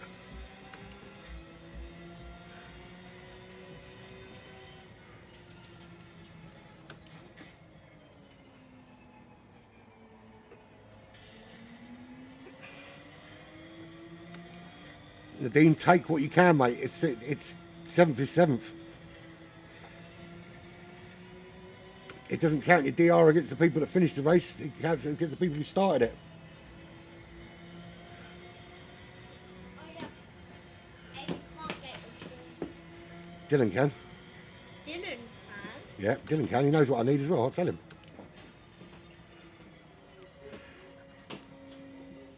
Guess what I'm doing this afternoon, folks? I'm fitting a bloody washing machine.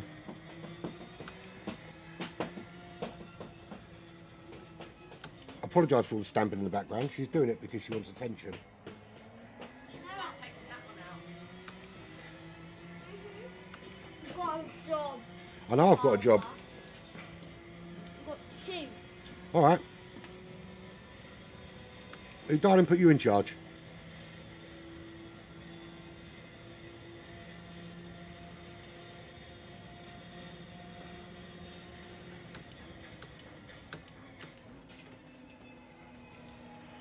Bit of pressure from the Porsche behind.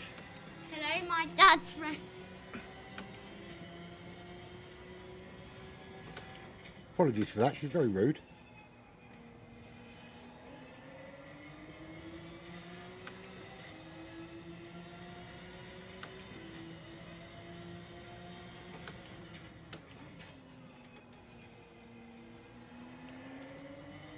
What did she think about Black Flag, Hannah? What do you think about Black Flag? What? They're asking what you think about Black Flag. What do you mean by that? The race team. What do you think about Black Flag, the race team? You don't know? There you go. There's the answer to that question. Could do better. Could do better. You heard that, lads? You could do better. That comes from the 9-year-old. She's basically saying you're all shit. Oh, a little battle going on with the two Porsches behind. And the yellow Porsche came out the worse off from that little battle.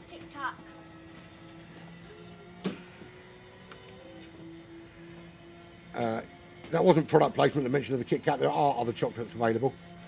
M&M's caramel. Yeah, can you stop product placing, please? There are plenty of other chocolates available. Not just those ones.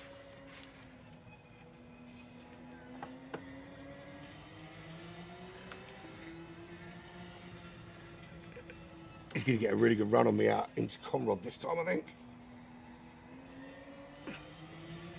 He clipped the wall, which does me a favour. Just not making any inroads into the two Germans ahead. What I need is I need Sandman to close up on the other one, No Artist, I think his name is. And them to have a little ding-dong battle would be awesome for me.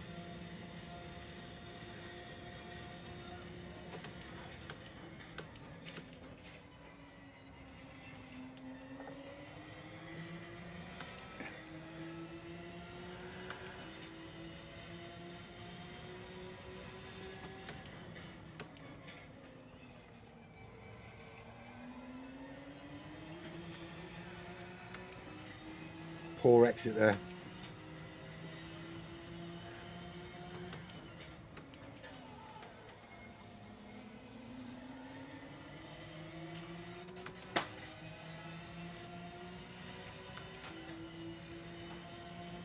I don't have to fix the washing machine, I'm just going to plumb it in.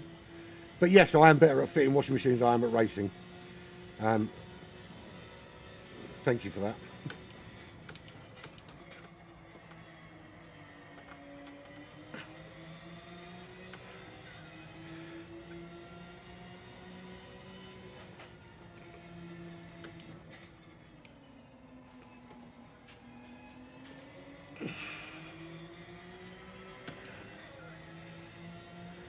So I couldn't hold on to 7th. I'm still holding out hope that someone has a little crash in front of me. That would be useful.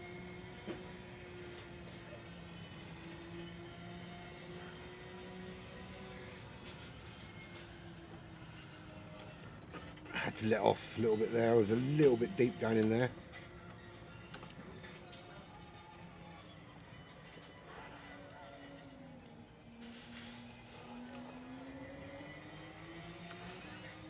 Not too concerned about the guy behind. He's 9 seconds back. But I do need to kind of get my arse in gear and focus on trying to catch here. I need a better exit out of Conrod for a start.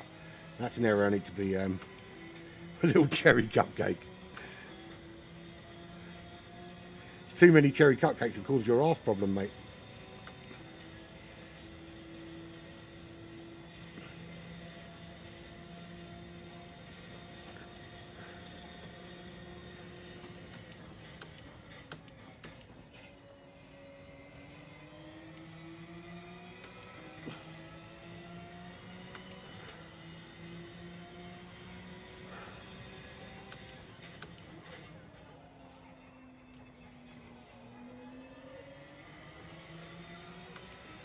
Well, I'm not going to catch this Delta Bell guy. He's clearly faster than me.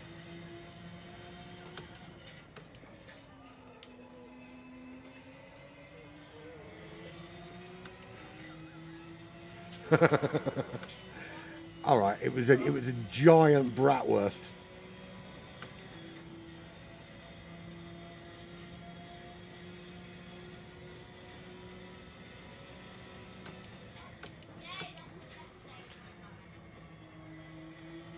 Oh, he's made a mistake.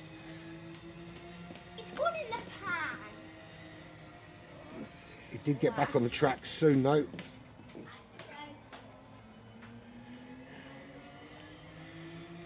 Opportunity to overtake, and I took it.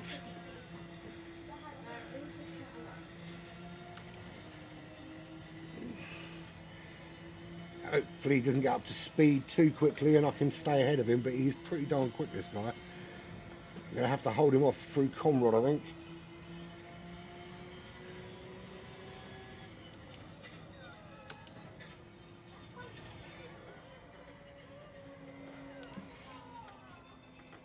Oh, did not need that.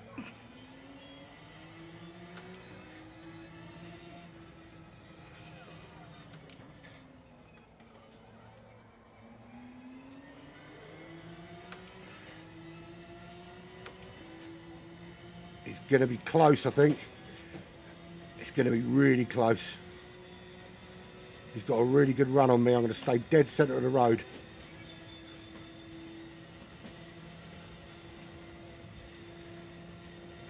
Block him off a little bit, slow him down. Thank you very much.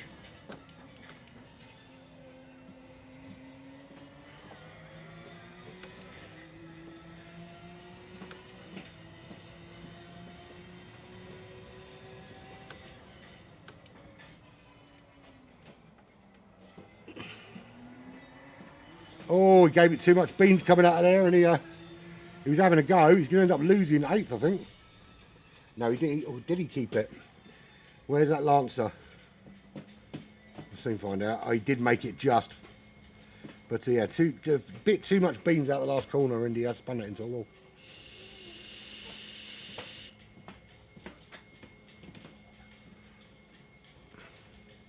Got every right to block it. He wasn't alongside me. Moved along.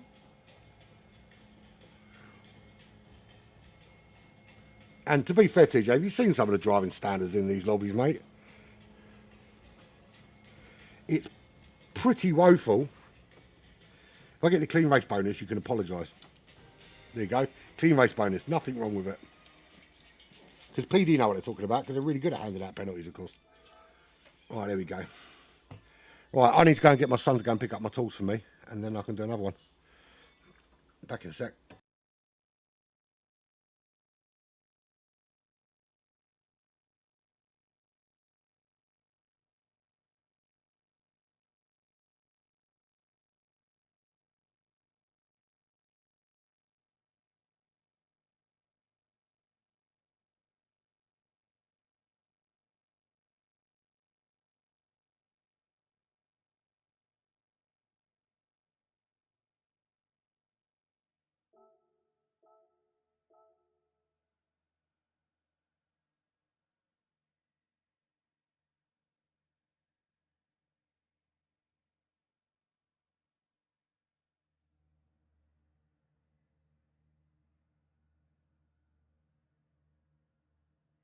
Yeah, if PD says it's clean, it was. To be fair, I needed that. He's not answering his phone, so I have to wait for him to come to me.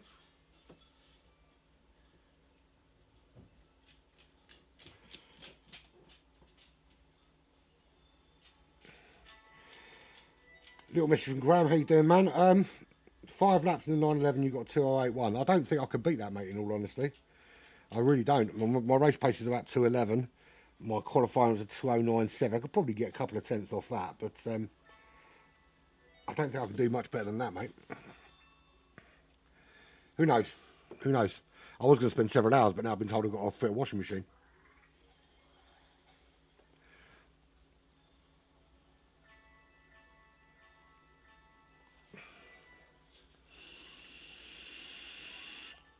Don't know what it was like with you are, but it's absolutely chucking it down. You wouldn't think that we were in the middle of the summer. Like slap bang in the middle of the summer, and it is absolutely pissing down. But no doubt next week it'll be like super hot and we'll have a hosepipe ban, because that's usually what happens.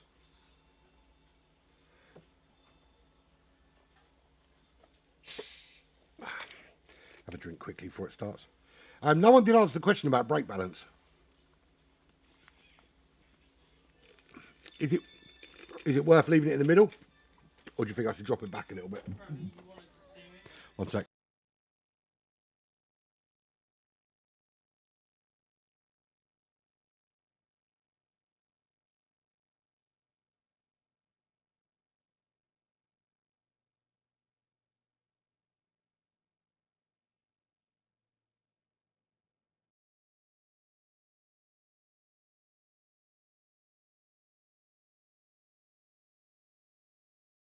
Have you seen the rain outside?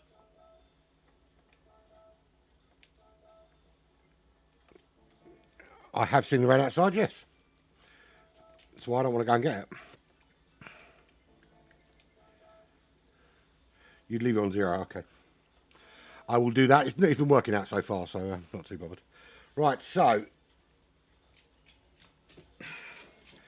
let's see what we can churn out.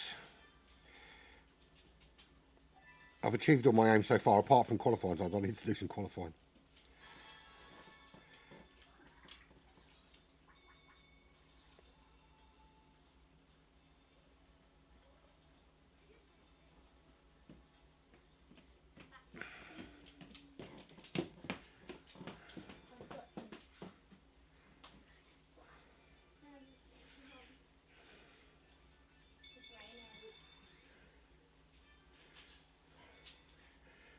Someone wants a personalised hoodie. I'll have to sort that out in a bit. Right. I know it's not long enough to do a full lap, but I want to try something.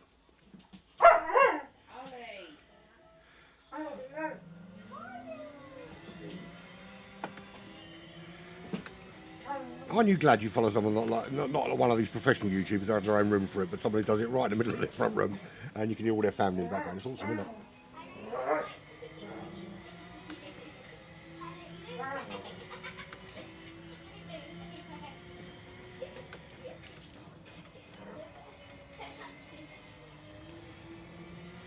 That's probably the best turn one I've taken all day, and it's not going to count for anything.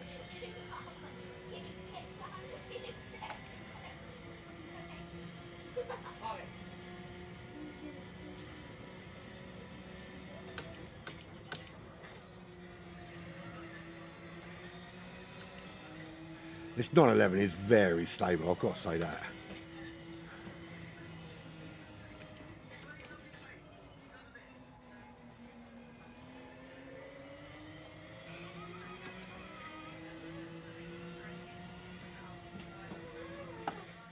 Right, here we go.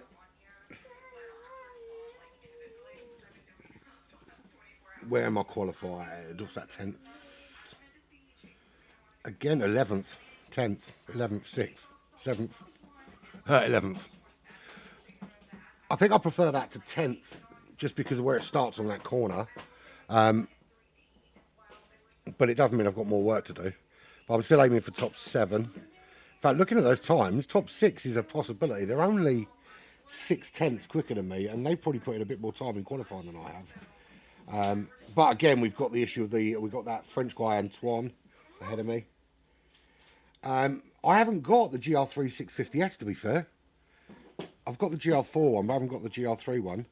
But I think I'm gonna, because I haven't had the week to practice, TJ, like I normally do. So I think I'm just gonna stick with a car that's working best for me so far. Yeah. Right, yeah. Antoine, he was ahead of me last time, so, but I can catch this guy. So we will see. But I always get worried when there's a couple of French drivers in front of me because of my my experience with French drivers in daily racing.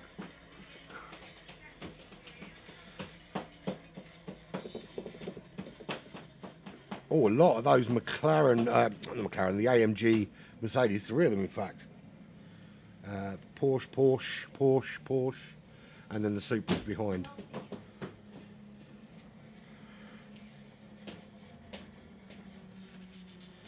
Someone going for that BMW. Those AMGs are really quick in a straight line, so that's going to be the difficulty, is getting past those. Obviously, you can't pass them in the mountain, there's nowhere to pass.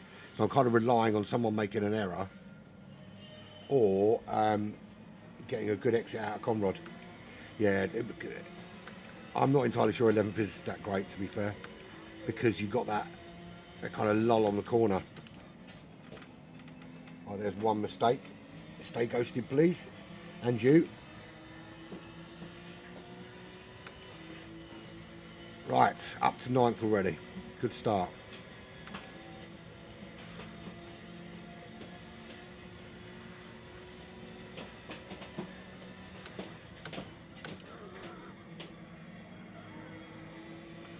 A lot of carnage ahead. I think I kind of want to hang back and let them knock each other out, because then that would be perfect for me. I don't really want to get caught up in it.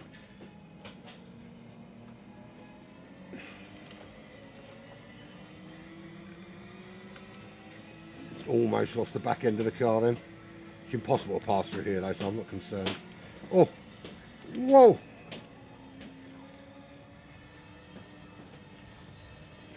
I say I'm not a fan of ghosting, but I really, really liked it there.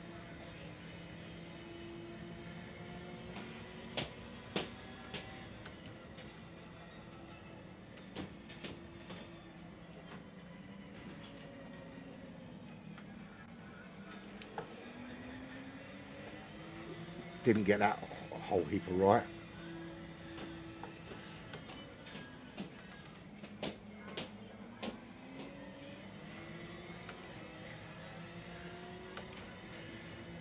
This purple 911, driven by this German driver, looking pretty racy at the moment. Don't know if he's close enough to get a run on me though. No, he's definitely not.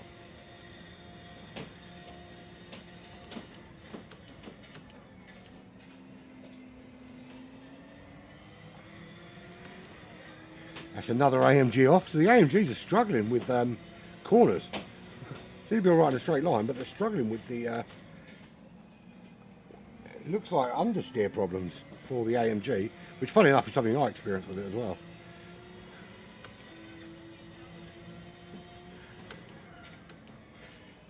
Everybody's going wide. Careful how you re-enter. Wow, how about that then? So I don't expect to stay at the dizzy heights of 5th as these guys start to find their pace. But the fact that they've made some mistakes has given me a little bit of impetus. And I've got a good run on Jimmy up ahead as well. He was going very slow through there. Ah, Jimmy's left the room. See you, Jimmy. Little Scotch joke there.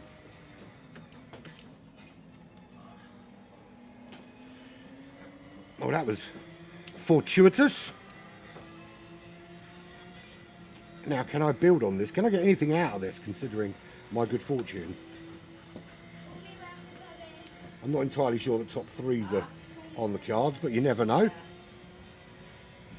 If you told me I'd be in 4th at the end of lap 2, I would have been calling your bluff there.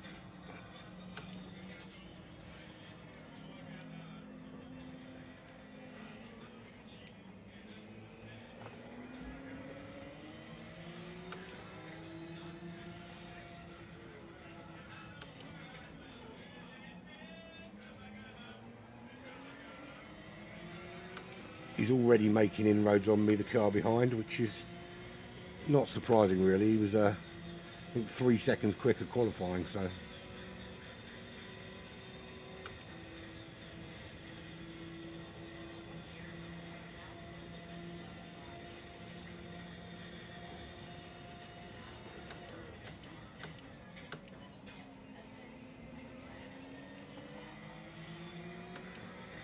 all the time he's out of my slipstream range, it's taking him longer to catch me.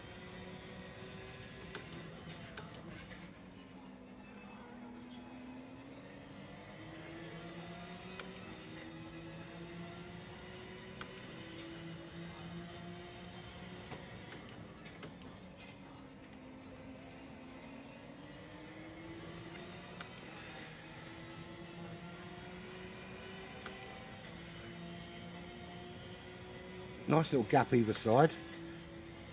I'm not sitting in the dirty air of the car in front. I'm not really catching him, but he's not pulling away either. So there's always the opportunity if a little mistake happens ahead.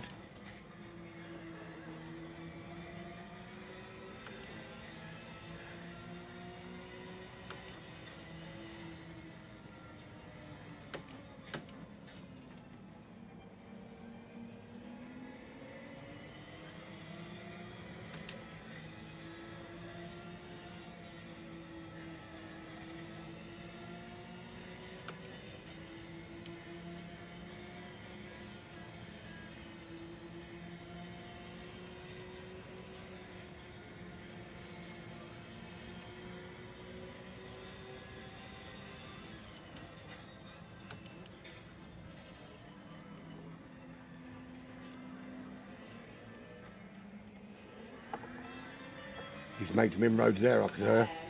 There's some crazy inroads there. You right, dude? Hannah. Oh, she wants to come. How do you? That was a super quick lap from that that D982 guy. That was a phenomenal lap from him. Because at the beginning of the lap, it was 2.5 seconds. I wasn't particularly slow. In fact, I'm faster than I've ever been.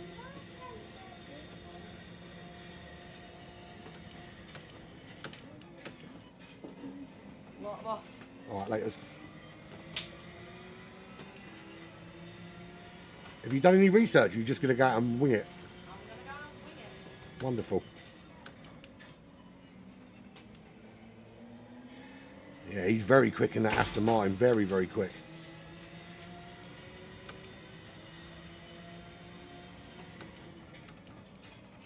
He's having a look up the inside, but he wasn't close enough for me to not have to defend it.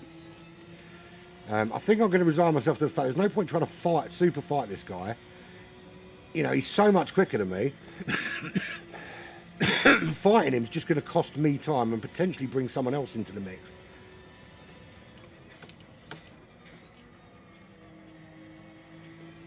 You know, I'm not going to give it up easily, but I'm not going to spend ages hampering my time trying to block him off.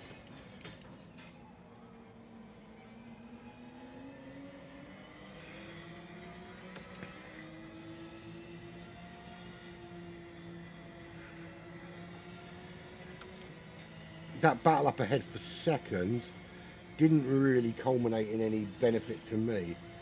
I was hoping they might have a little coming together. I mean, that would be nice actually if they do have a coming together, and me and this guy in the Aston can capitalise on that. That would be nice.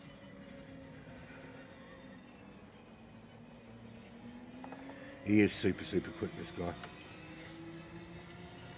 Is he going to make a move in a stupid area? That's the question. So this is where he should make the move. It looked like he was going to try and make the move through the mountain there. Got an awful exit out of Conrad though. So that gives me an opportunity, and I'm closing in on top man.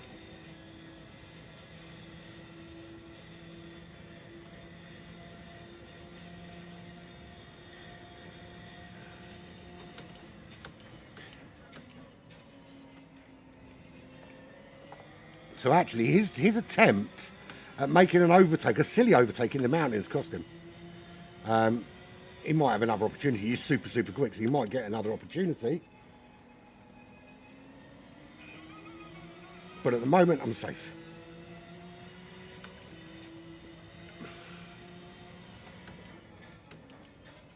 That's my quickest racing lap today. But I've got it down. I was... first couple of races was like 12s, 13s. I'm down to the steady 210s, which is pretty awesome.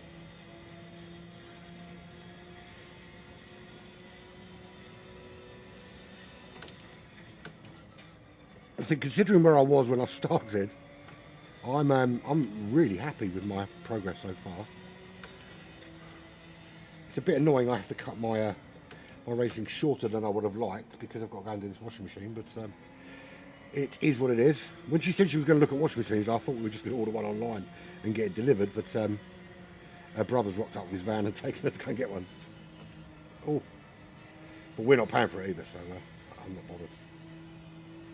That was awful there. But luckily, for some reason, he's not really capitalised on it.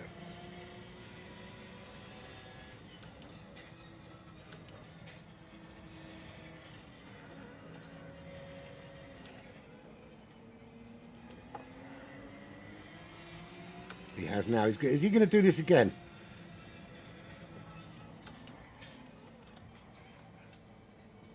He's trying to make the move there in the mountain, and it's costing him every time, and it doesn't make any sense. This is where you need to be making the move in Conrad. Stay behind me, get a good exit, and then you'll get the run done. If you think I'm going to move over to let you through in the mountain, you've got another thing coming, mate.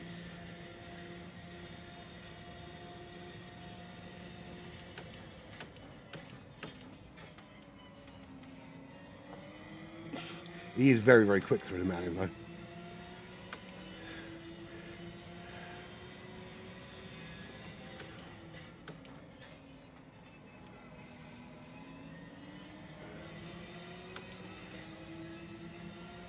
And there we go, fourth. Take that all day long.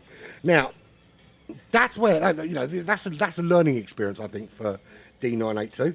And I don't know if you're ever going to watch, but if you do, trying to make the move where you did, pointless. One, if you do get past me, I get slipstream on Conrod. Two, you cost yourself time if you can't get past me and can't get the run on me out into Conrod. So he's cost himself a potential fourth. He was quicker than me all day long. Quicker all day long, and absolutely should have had fourth place. And that's the sort of error that I would make. So I suppose I can speak from experience. There we have it. Right. Fourth place. How about that? If someone had said to me, you'd finish a race in fourth when I started at 1 o'clock, I would have been very surprised. Very, very surprised.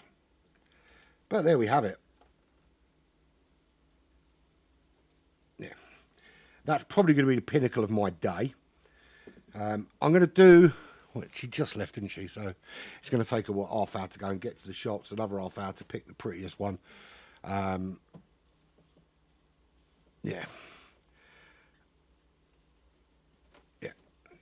Yeah, probably take. Yeah, I reckon I've got time for at least one more, and then I've got to unplumb the old washing machine. To be fair, it's leaking, but it's still working.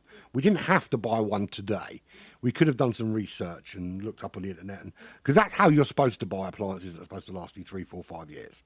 Is do some freaking research, not just go and buy the prettiest one in the shop, which is what she's going to go and do. I understand why she wants to do it, because she's annoyed at the old washing machine, but you know. It's what it is. Is what it is. Listen, I've long since learned, happy wife, happy life. So if it makes her happy, let her do it. If the thing breaks down after 3 weeks, I can give her the old "I told you so." Why did you buy that piece of shit? But yeah, I just hope she doesn't come back with some stupid, shitty brand. She needs to buy a decent one. I'm not going to go and buy the 650S, and then no, I can't be bothered. That's too much hard work, mate. Right, I'm going to do a quality time.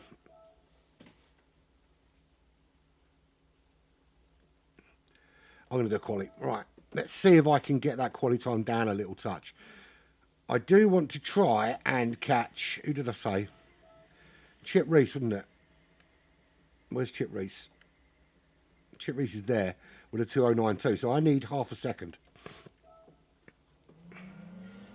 Can I find half a second around Bathurst?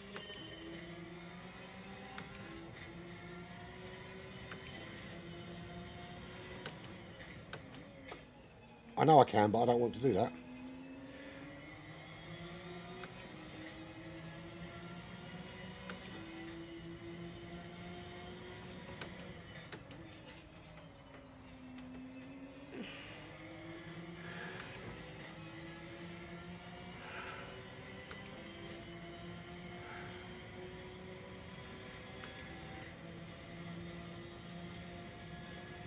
Yeah, I'll come and join you in a minute, Joe.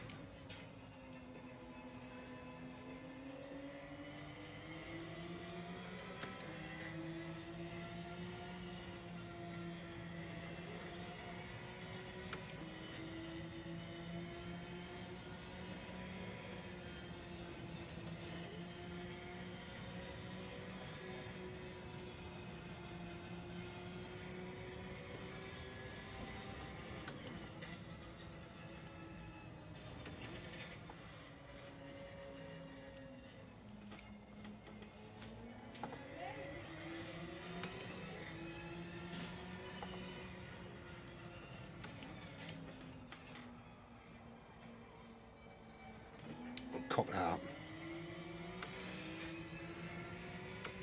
Cocked up the exit onto Conrod, and that's going to cost me time. I don't think I'm going to beat that time now. I don't even know where I am in relation to it, to be fair.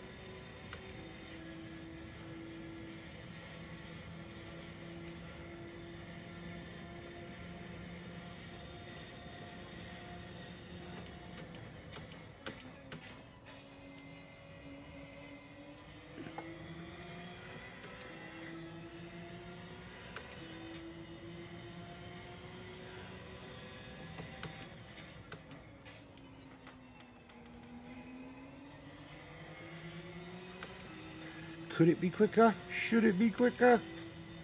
Well, it is 2085, so actually, I might have been in the 207s had I dialed that in properly.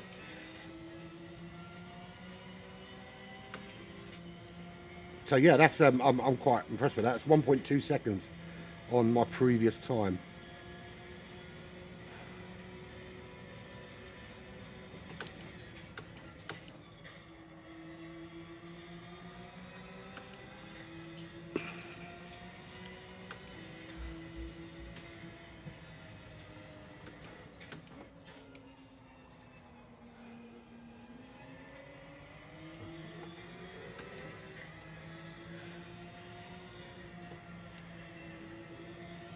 That'll help move me a little bit further up the grid order.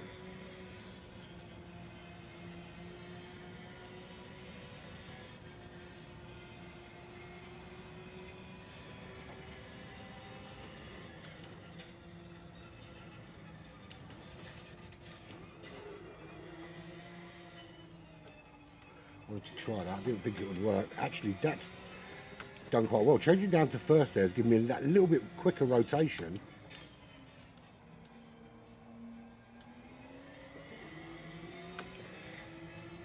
I'm not even going to get my optimum time, am I? Because I'm not going to finish the lap. Ah, you motherfucker. I just wanted to get to the timing bar and see how far up I was. Probably about a second. So I could probably get another second out of that. It's not about being lazy, TJ. It's about I've spent some time learning this car. And to jump in another car for one race seems counterproductive. Because I'm going to have to jump off and sort this washing machine shit out. So, yeah, it's a bit of a shame. I wanted to go on to like 4 or 5 o'clock, but can't do that. So I'm going to do this. I'm going to... I was going to go and get a drink. I've got a drink. I'm going to go and have a wee-wee because I'm old. I have to piss a lot. And then I'm going to have to unplumb the old washing machine. Get it out and make space for the new one. Okie dokie dokie. 6th. It's best qualifying position thus far. But obviously with great power comes great responsibility. Now, of course, the pressure is on to, when you qualify in like 12th or 13th, the pressure is only to go forward. When you're 6th, the guys behind you aren't any slouches. If you don't get it dialed in every single lap, you're in danger of losing your position. And there's much less chance, of course, of the guys ahead of you crashing out and rewarding you with some extra positions. Now, Data Bell was the guy that was behind me and pushing me all the way last time. And he's qualified last. He hasn't actually got a qualifying time on the board. So I wonder if he's like super, super quick and he's going for one of those last to first kind of scenarios.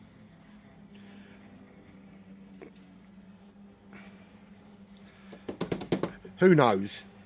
In fact, who cares? Right. 5 laps of Bathurst, Porsche 911, starting from 6th on the grid.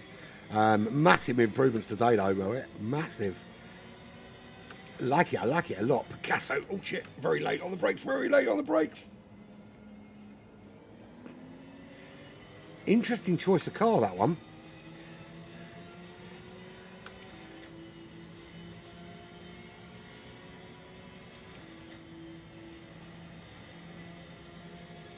He's super quick in a straight line, though.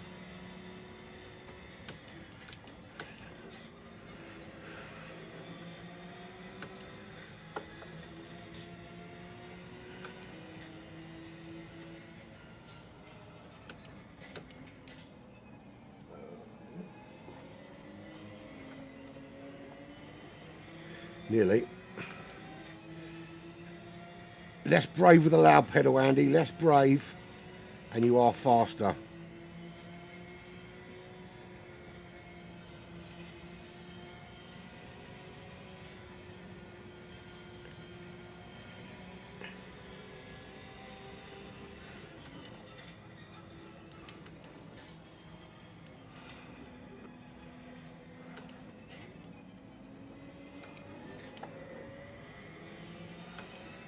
I think I prefer that, actually. I probably won't remember to do it every time, but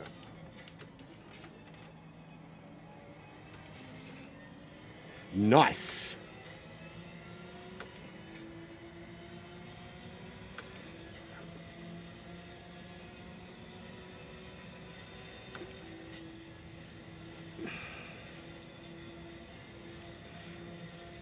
What?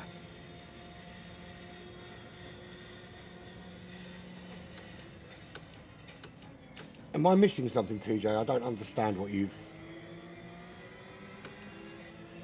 3 in 1, 1 in 2, 2 in 3, 1 in 4.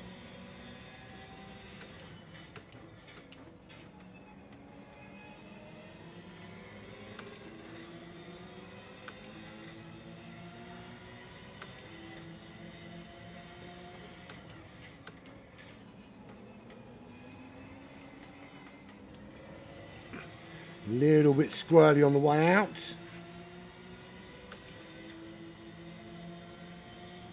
Sorry, it wasn't even TJ, was it? Sorry, it was you, Joe. I just noticed that.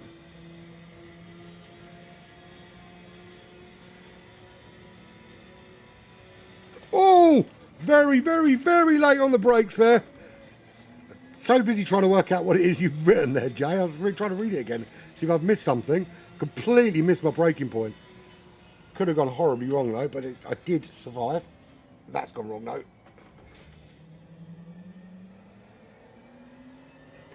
Lost a place, and deservedly so, because I wasn't concentrating. Right. Get your head back in the game, Andy. Stop focusing on what they're talking about. You can always look at it later.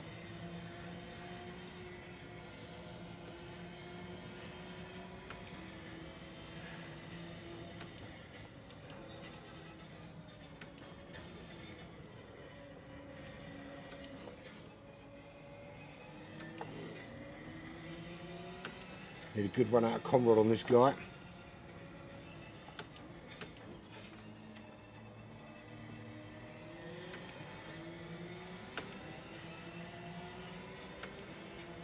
That's a really good run out of Conrad.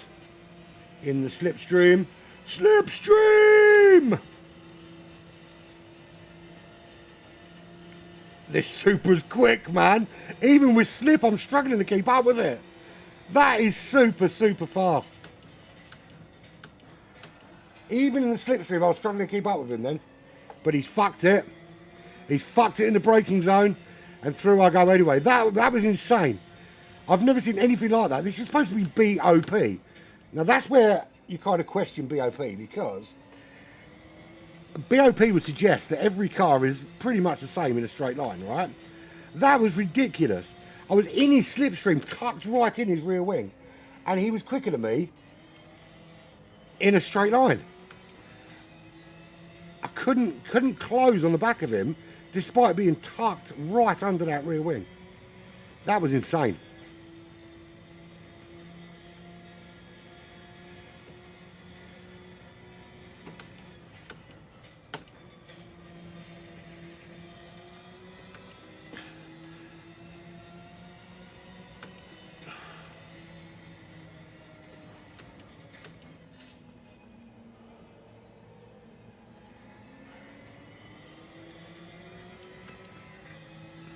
Yeah, no, to be fair, I think I set my initial qualifying time in the Supra because I think I fully intended on using the Supra. And when I was tried earlier this week and then just realised I couldn't turn the fucking steering wheel properly because I was so out of it. But through the mountain, I found the Supra was awful. I just can't believe that on BOP though that it's that much difference. And he's going to get me on Conrad now because obviously he's in the Supra and it's super, super quick.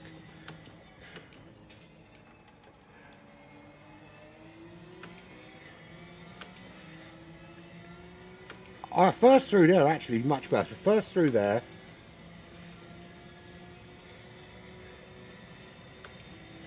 And first through the other one. He's gaining. He's not gaining enough though.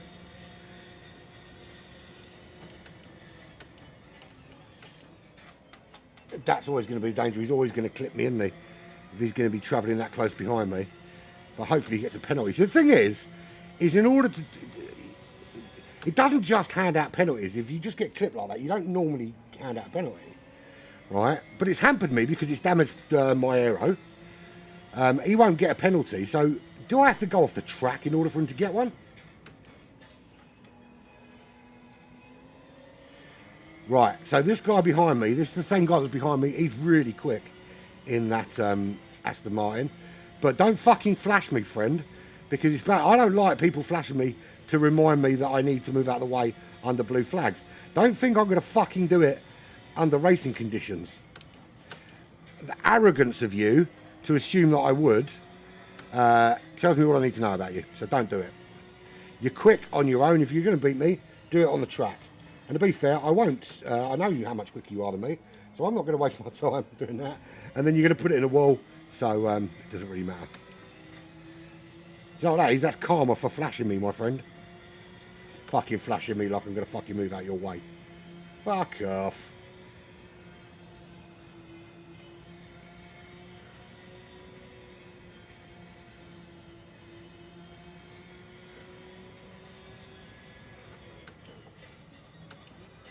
It's at 0 roses. What do you suggest?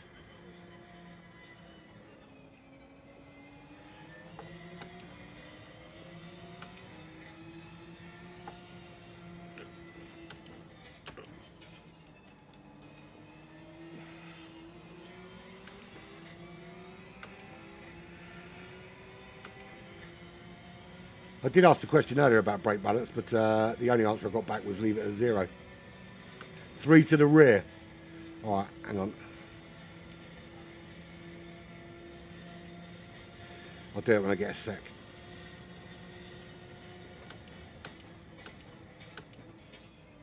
I'll take your word for it.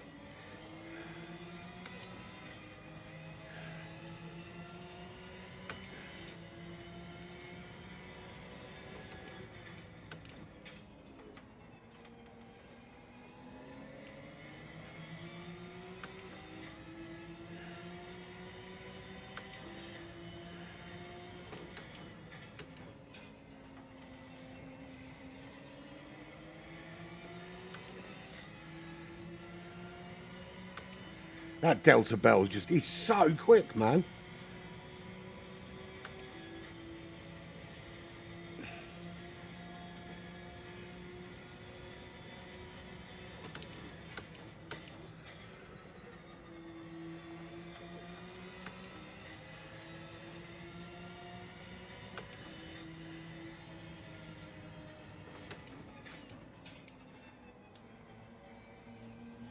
Do you know what? I think you might be right there, Roses. It feels all right. You may stay alive for another week. Might let you out of the basement.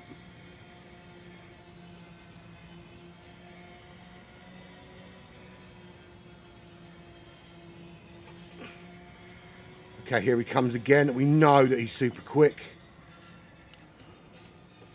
But we also know he tries to make the overtake in the wrong place. Will he now wait until Conrad? Because in the last race he didn't. He kept trying to make the overtake here. I actually had a really bad exit there. Or really bad entrance, but the exit wasn't too bad. Okay, he's not close enough. He's not close enough. And this is the last lap. So, awesome. Another top 5 finish. 2 in a row. Who would have thunk it? Certainly not me.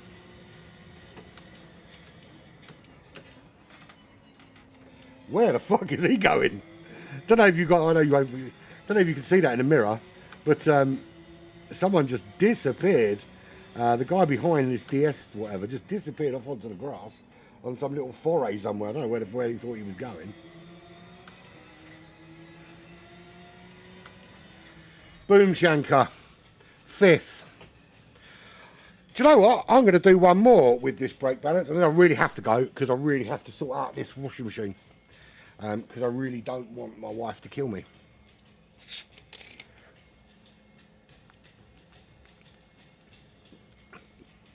To be fair, I've basically been laying on the couch in and out of sleep for a week, and she's had to tiptoe around me because I don't sleep in bed. do it. I need my telly and I need me shit around me. I'm funny like that. I just headbutt the fucking mic. I've now got it on a boom by my head. And I keep forgetting it's there. I keep thinking it's still on the table, and I keep fucking headbutting it. I don't know if you can hear that when I headbutt it. No, doesn't look like it. Right, I'm going to do one more. I'm going to do a quality as well with the tyres like this. I'm getting a numb bum. I've been in the chair for about 3.5 hours.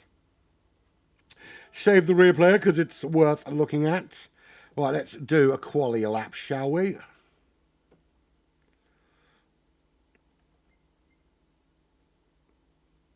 Who's joking?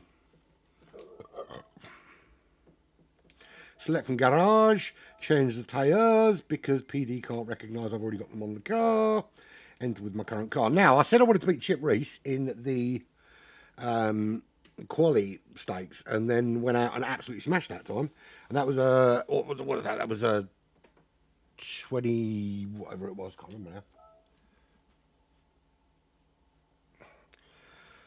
It was a 209.2.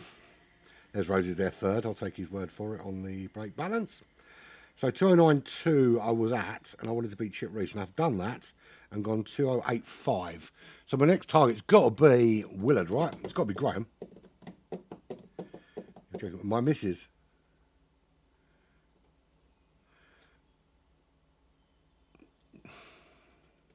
Yeah, I have basically just been on the couch all week and she's been tiptoeing around me. Yeah, so Willard is my next target, and actually he messaged me, he WhatsApped me earlier and said he reckons I could beat that. So challenge accepted. Don't know if I'll do it this time out. I'm going to come back to some more dailies tomorrow. But I'm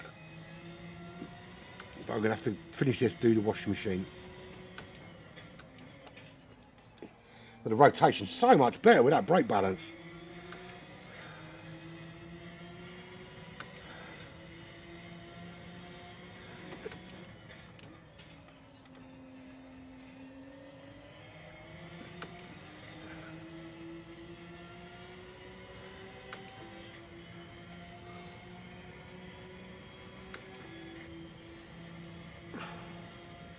I think I'm going to have to turn one of my fans on, you know.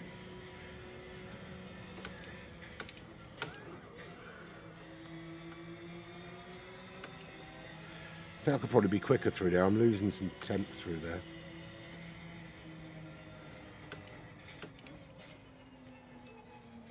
Yeah, cheers, man. It's making so much of a difference. Well, we'll see qualifying wise because I did a 208.5 on the old setup. That's not going to work. Oh, wrong button. Let's go straight to there because you haven't got time for 2 laps in qualifying.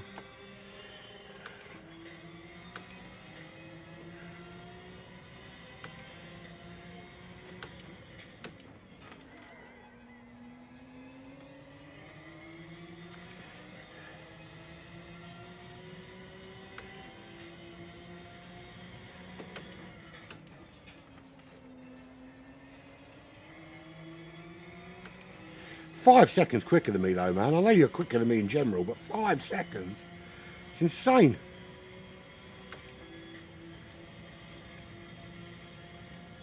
I'm assuming you did that in like the super quick in that straight line, right?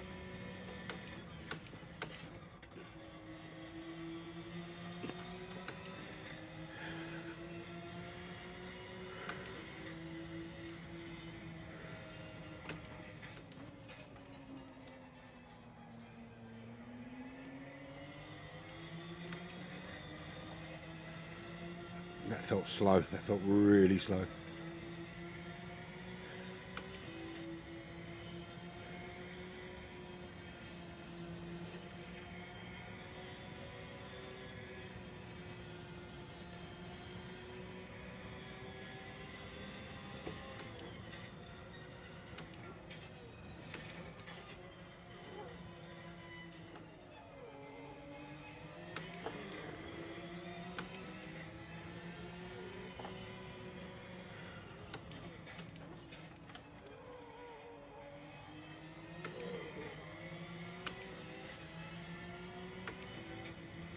Come on, come on. Don't know if I'm going to beat that 208.5. I didn't even think that 208.5 was that quick when I did it. But I think that's similar to last week in the Radical at Road Atlanta. Is that when I put in my super hot quality lap, it didn't feel that fast. But sometimes that's the way, right? Smooth is fast, right?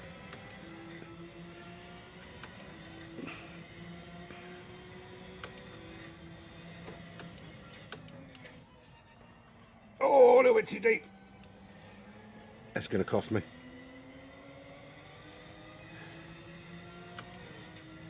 2:08.1 though, it was quicker. Bearing in mind the mistakes I made, that was quicker. That was 4/10. 4/10 quicker. How about that then?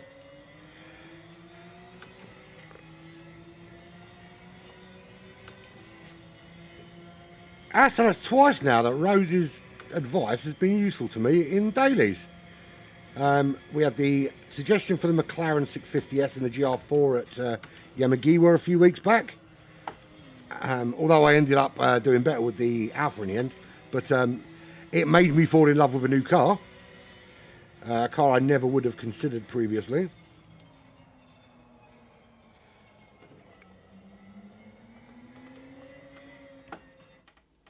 I want to save that replay. Because when I do a good time, I like to watch the replay and see where I can improve. And I find actually, a biggest piece of advice to anybody watching that wants to, oh shit, I didn't fucking save it quick enough. Anybody that is watching that wants a piece of advice on how to improve your times, the best way for me, look, I reiterate what I said earlier. Do watch the top 10 drivers, but if you are not in anywhere near that kind of pace, if you are 5-6 seconds off that, watch them, then do your laps, but save your fastest lap.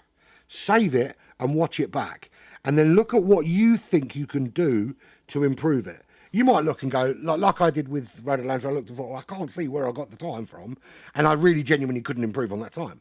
But for instance, I can look there and I can pinpoint 3 or 4 places, and I wish I'd saved it. 3 or 4 places there where I could have been faster. And I think that is how you get faster. It's comparing yourself to yourself, not comparing yourself to other people. Because there's always going to be someone quicker than you and stronger than you. And it's the same for life. Right? There's always going to be somebody better than you at whatever you do. So if you can make improvements on your ability, then that's the way you should be aiming. You know, we're not top end sportsmen here. You know, we're not talking about the fine margins between winning, you know, the fucking World Cup or the fucking Grand Slam at tennis or you know, F1 Championship. We're talking about a bit of sim racing on Gran Turismo. So yeah, that's my advice. If you want to get better, watch yourself. Words of wisdom from the Urban Pirate. Right, last race. Genuinely, however well I do, this is my last race. I need to sort this washing machine out before I get murdered.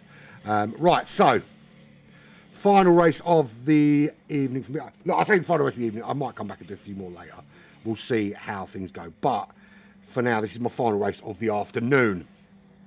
Porsche 911, Bathurst, qualified 9th. Let's do this, shall we? Whoa there, Tigger. Not a great start, but 9th is a horrible place to start because of where it puts you on that corner.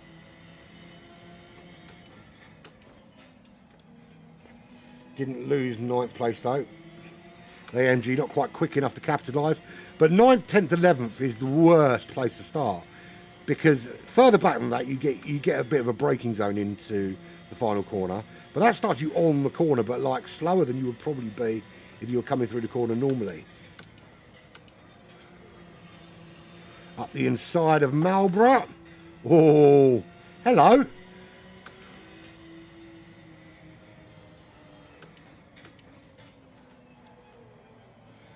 Through there.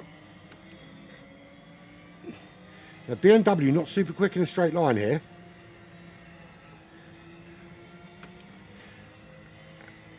It's the worst place to be held up behind another car because everyone behind you concertinas up, and it does make the argument for getting smacked from behind. Got another one flashing his lights. Now, someone actually did mention to me, and it was no one on the broadcast, somewhere else, said he might be flashing his lights because he's on a controller. and the controller is mapped to that particular button, and you are absolutely spot on right. They might well be doing that.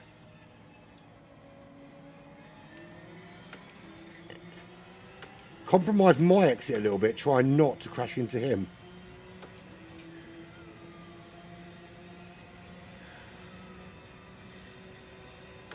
But got the job done. This other Porsche coming up behind. I'm keeping this inside line. Give me a little bump, go on. Thanks.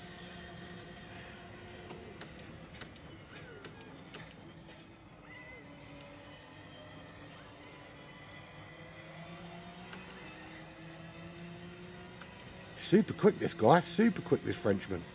We know how aggressive the French drivers are. Oh, for fuck's sake, you wanker. Why do they do it? I don't understand why they do it.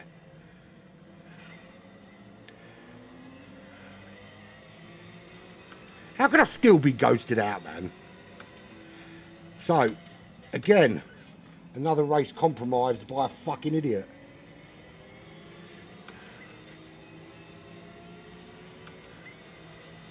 He's always going to have me in a straight line.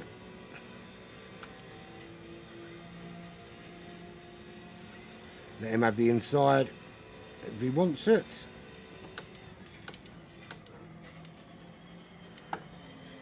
Don't know why I thought that was going to be a good idea.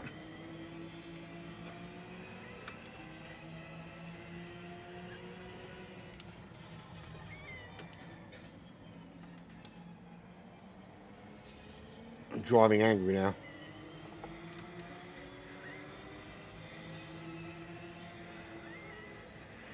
Need to get my focus back. Focus back.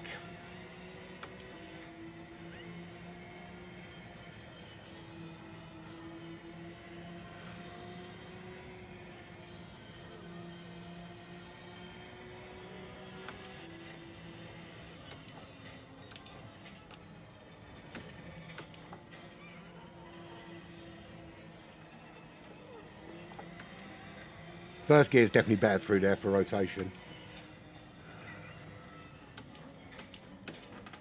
As it is here as well.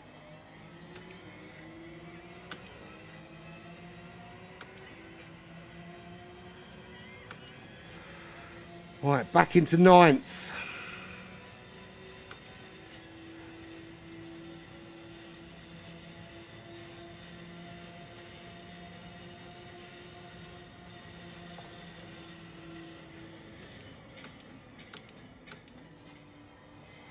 See that, people? That's how you break into a corner when you're fast approaching the guy in front of you. You can do it without hitting them and without compromising the gap between you. Oh, that's nearly not how you do it.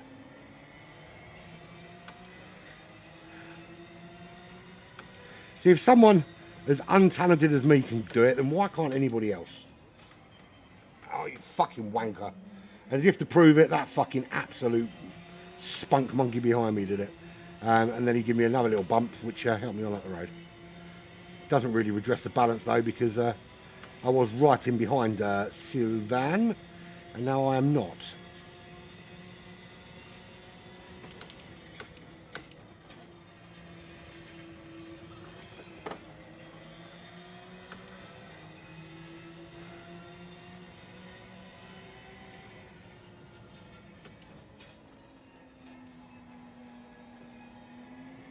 Wonder if it's worth doing first in there as well for the rotation.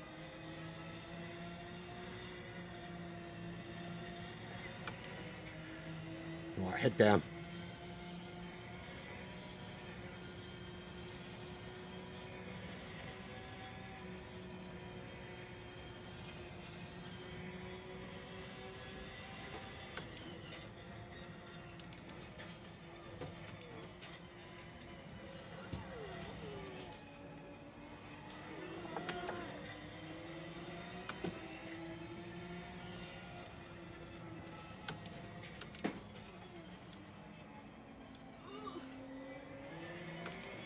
What are you looking for?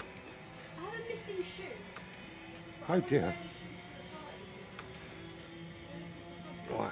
There's no point trying to defend from this guy. He's in the Ford GT and it is super, super quick in a straight line. But it's absolute dog shit around corners.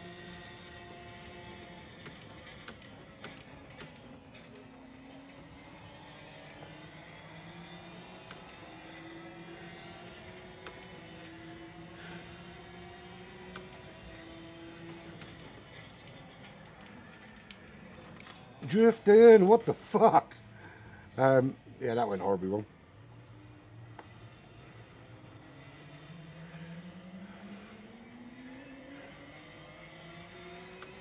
Just touched the grass there and it just sent the car fucking sideways. You know when you've done one race too many? Yeah, this is that one.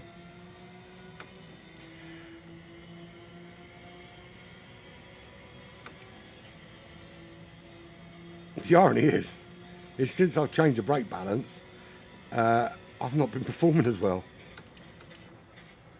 Oh, come on. Thing is as well, one thing I've noticed, because obviously I've done dailies a lot over the last few days, is as soon as you go off the circuit, even just a little bit, your tyres get absolutely fucked.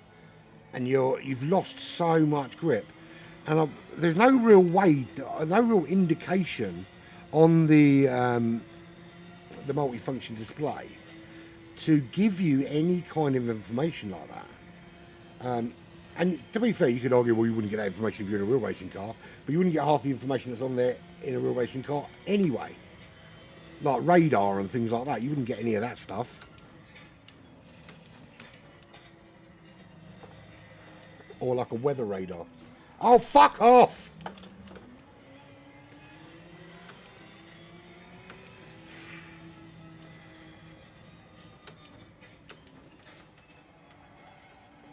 I went slow on purpose to make that happen.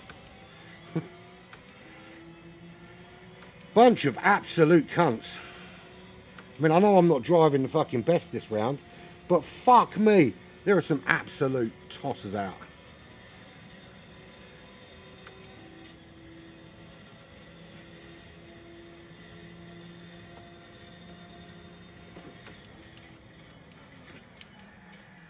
Oh, seriously, what the fuck is wrong with people?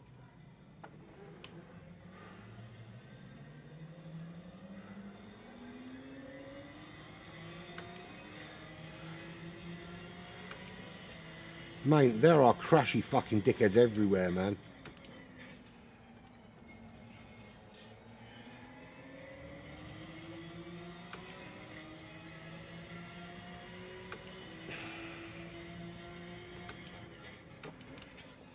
You can see why people rage quit, can't you? Not that I think it's a done thing. I think a quitter's a quitter. But you can see why they're kind of forced to do it sometimes. When you're surrounded by so many absolute fucking wankers, man.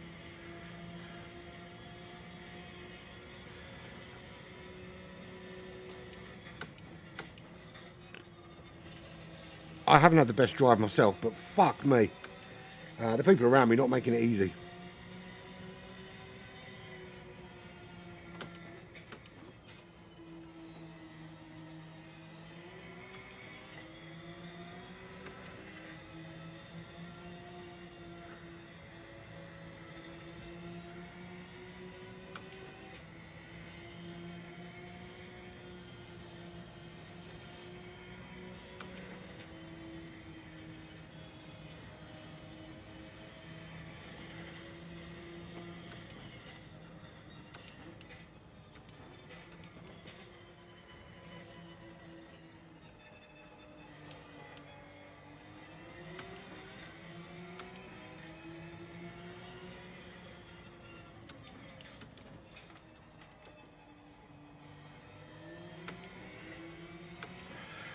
Right, to be glad when this lap's over. Oh, this race is over indeed. Not been a great race for me. It's going to be my fastest lap of the race though. There is that small nugget of achievement.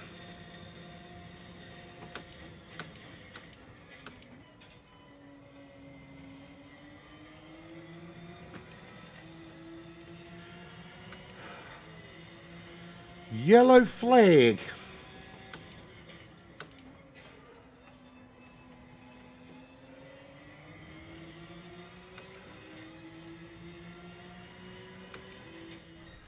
Was that 209 racing lap? Fuck me. That was alright. Take that. So, what have we achieved today? When we started at 1 o'clock today, we were struggling with car choice. We were struggling with pace. We were struggling with keeping the car on the road. Didn't have a decent qualifying time to boot. And genuinely, I set myself a target of just a little bit of improvement. 1.2 seconds on the qualifying time. That's improved significantly. A few top 5 finishes. We'll ignore that last race. That was an absolute fucking crash fest. One of those things. Found that the 911 is the best car for me around here. And yeah, we'll be back tomorrow with some more, I think. Not going to do any more tonight. I've got a washing machine to fit and shizzle. So that's what I'm going to go and do in a minute. Well, I'm not. I'm going to take the old one out in a minute, and then I'm going to fit the other one later. But thank you for joining me. It's nice to be back after a week of sickness. And I'll be back later. Well, Black Flag Racing TV will be back later with GT Champions for the BMW Cup. We are at Deep Forest Raceway with lobby number 1, which is going to be awesome. So I will catch up with you soon. Thank you for joining me. I think my missus has sent me a load of pictures of washing machines. They're going to ask me to pick them from fucking pictures. But there we go. Yeah, it's been a mosh.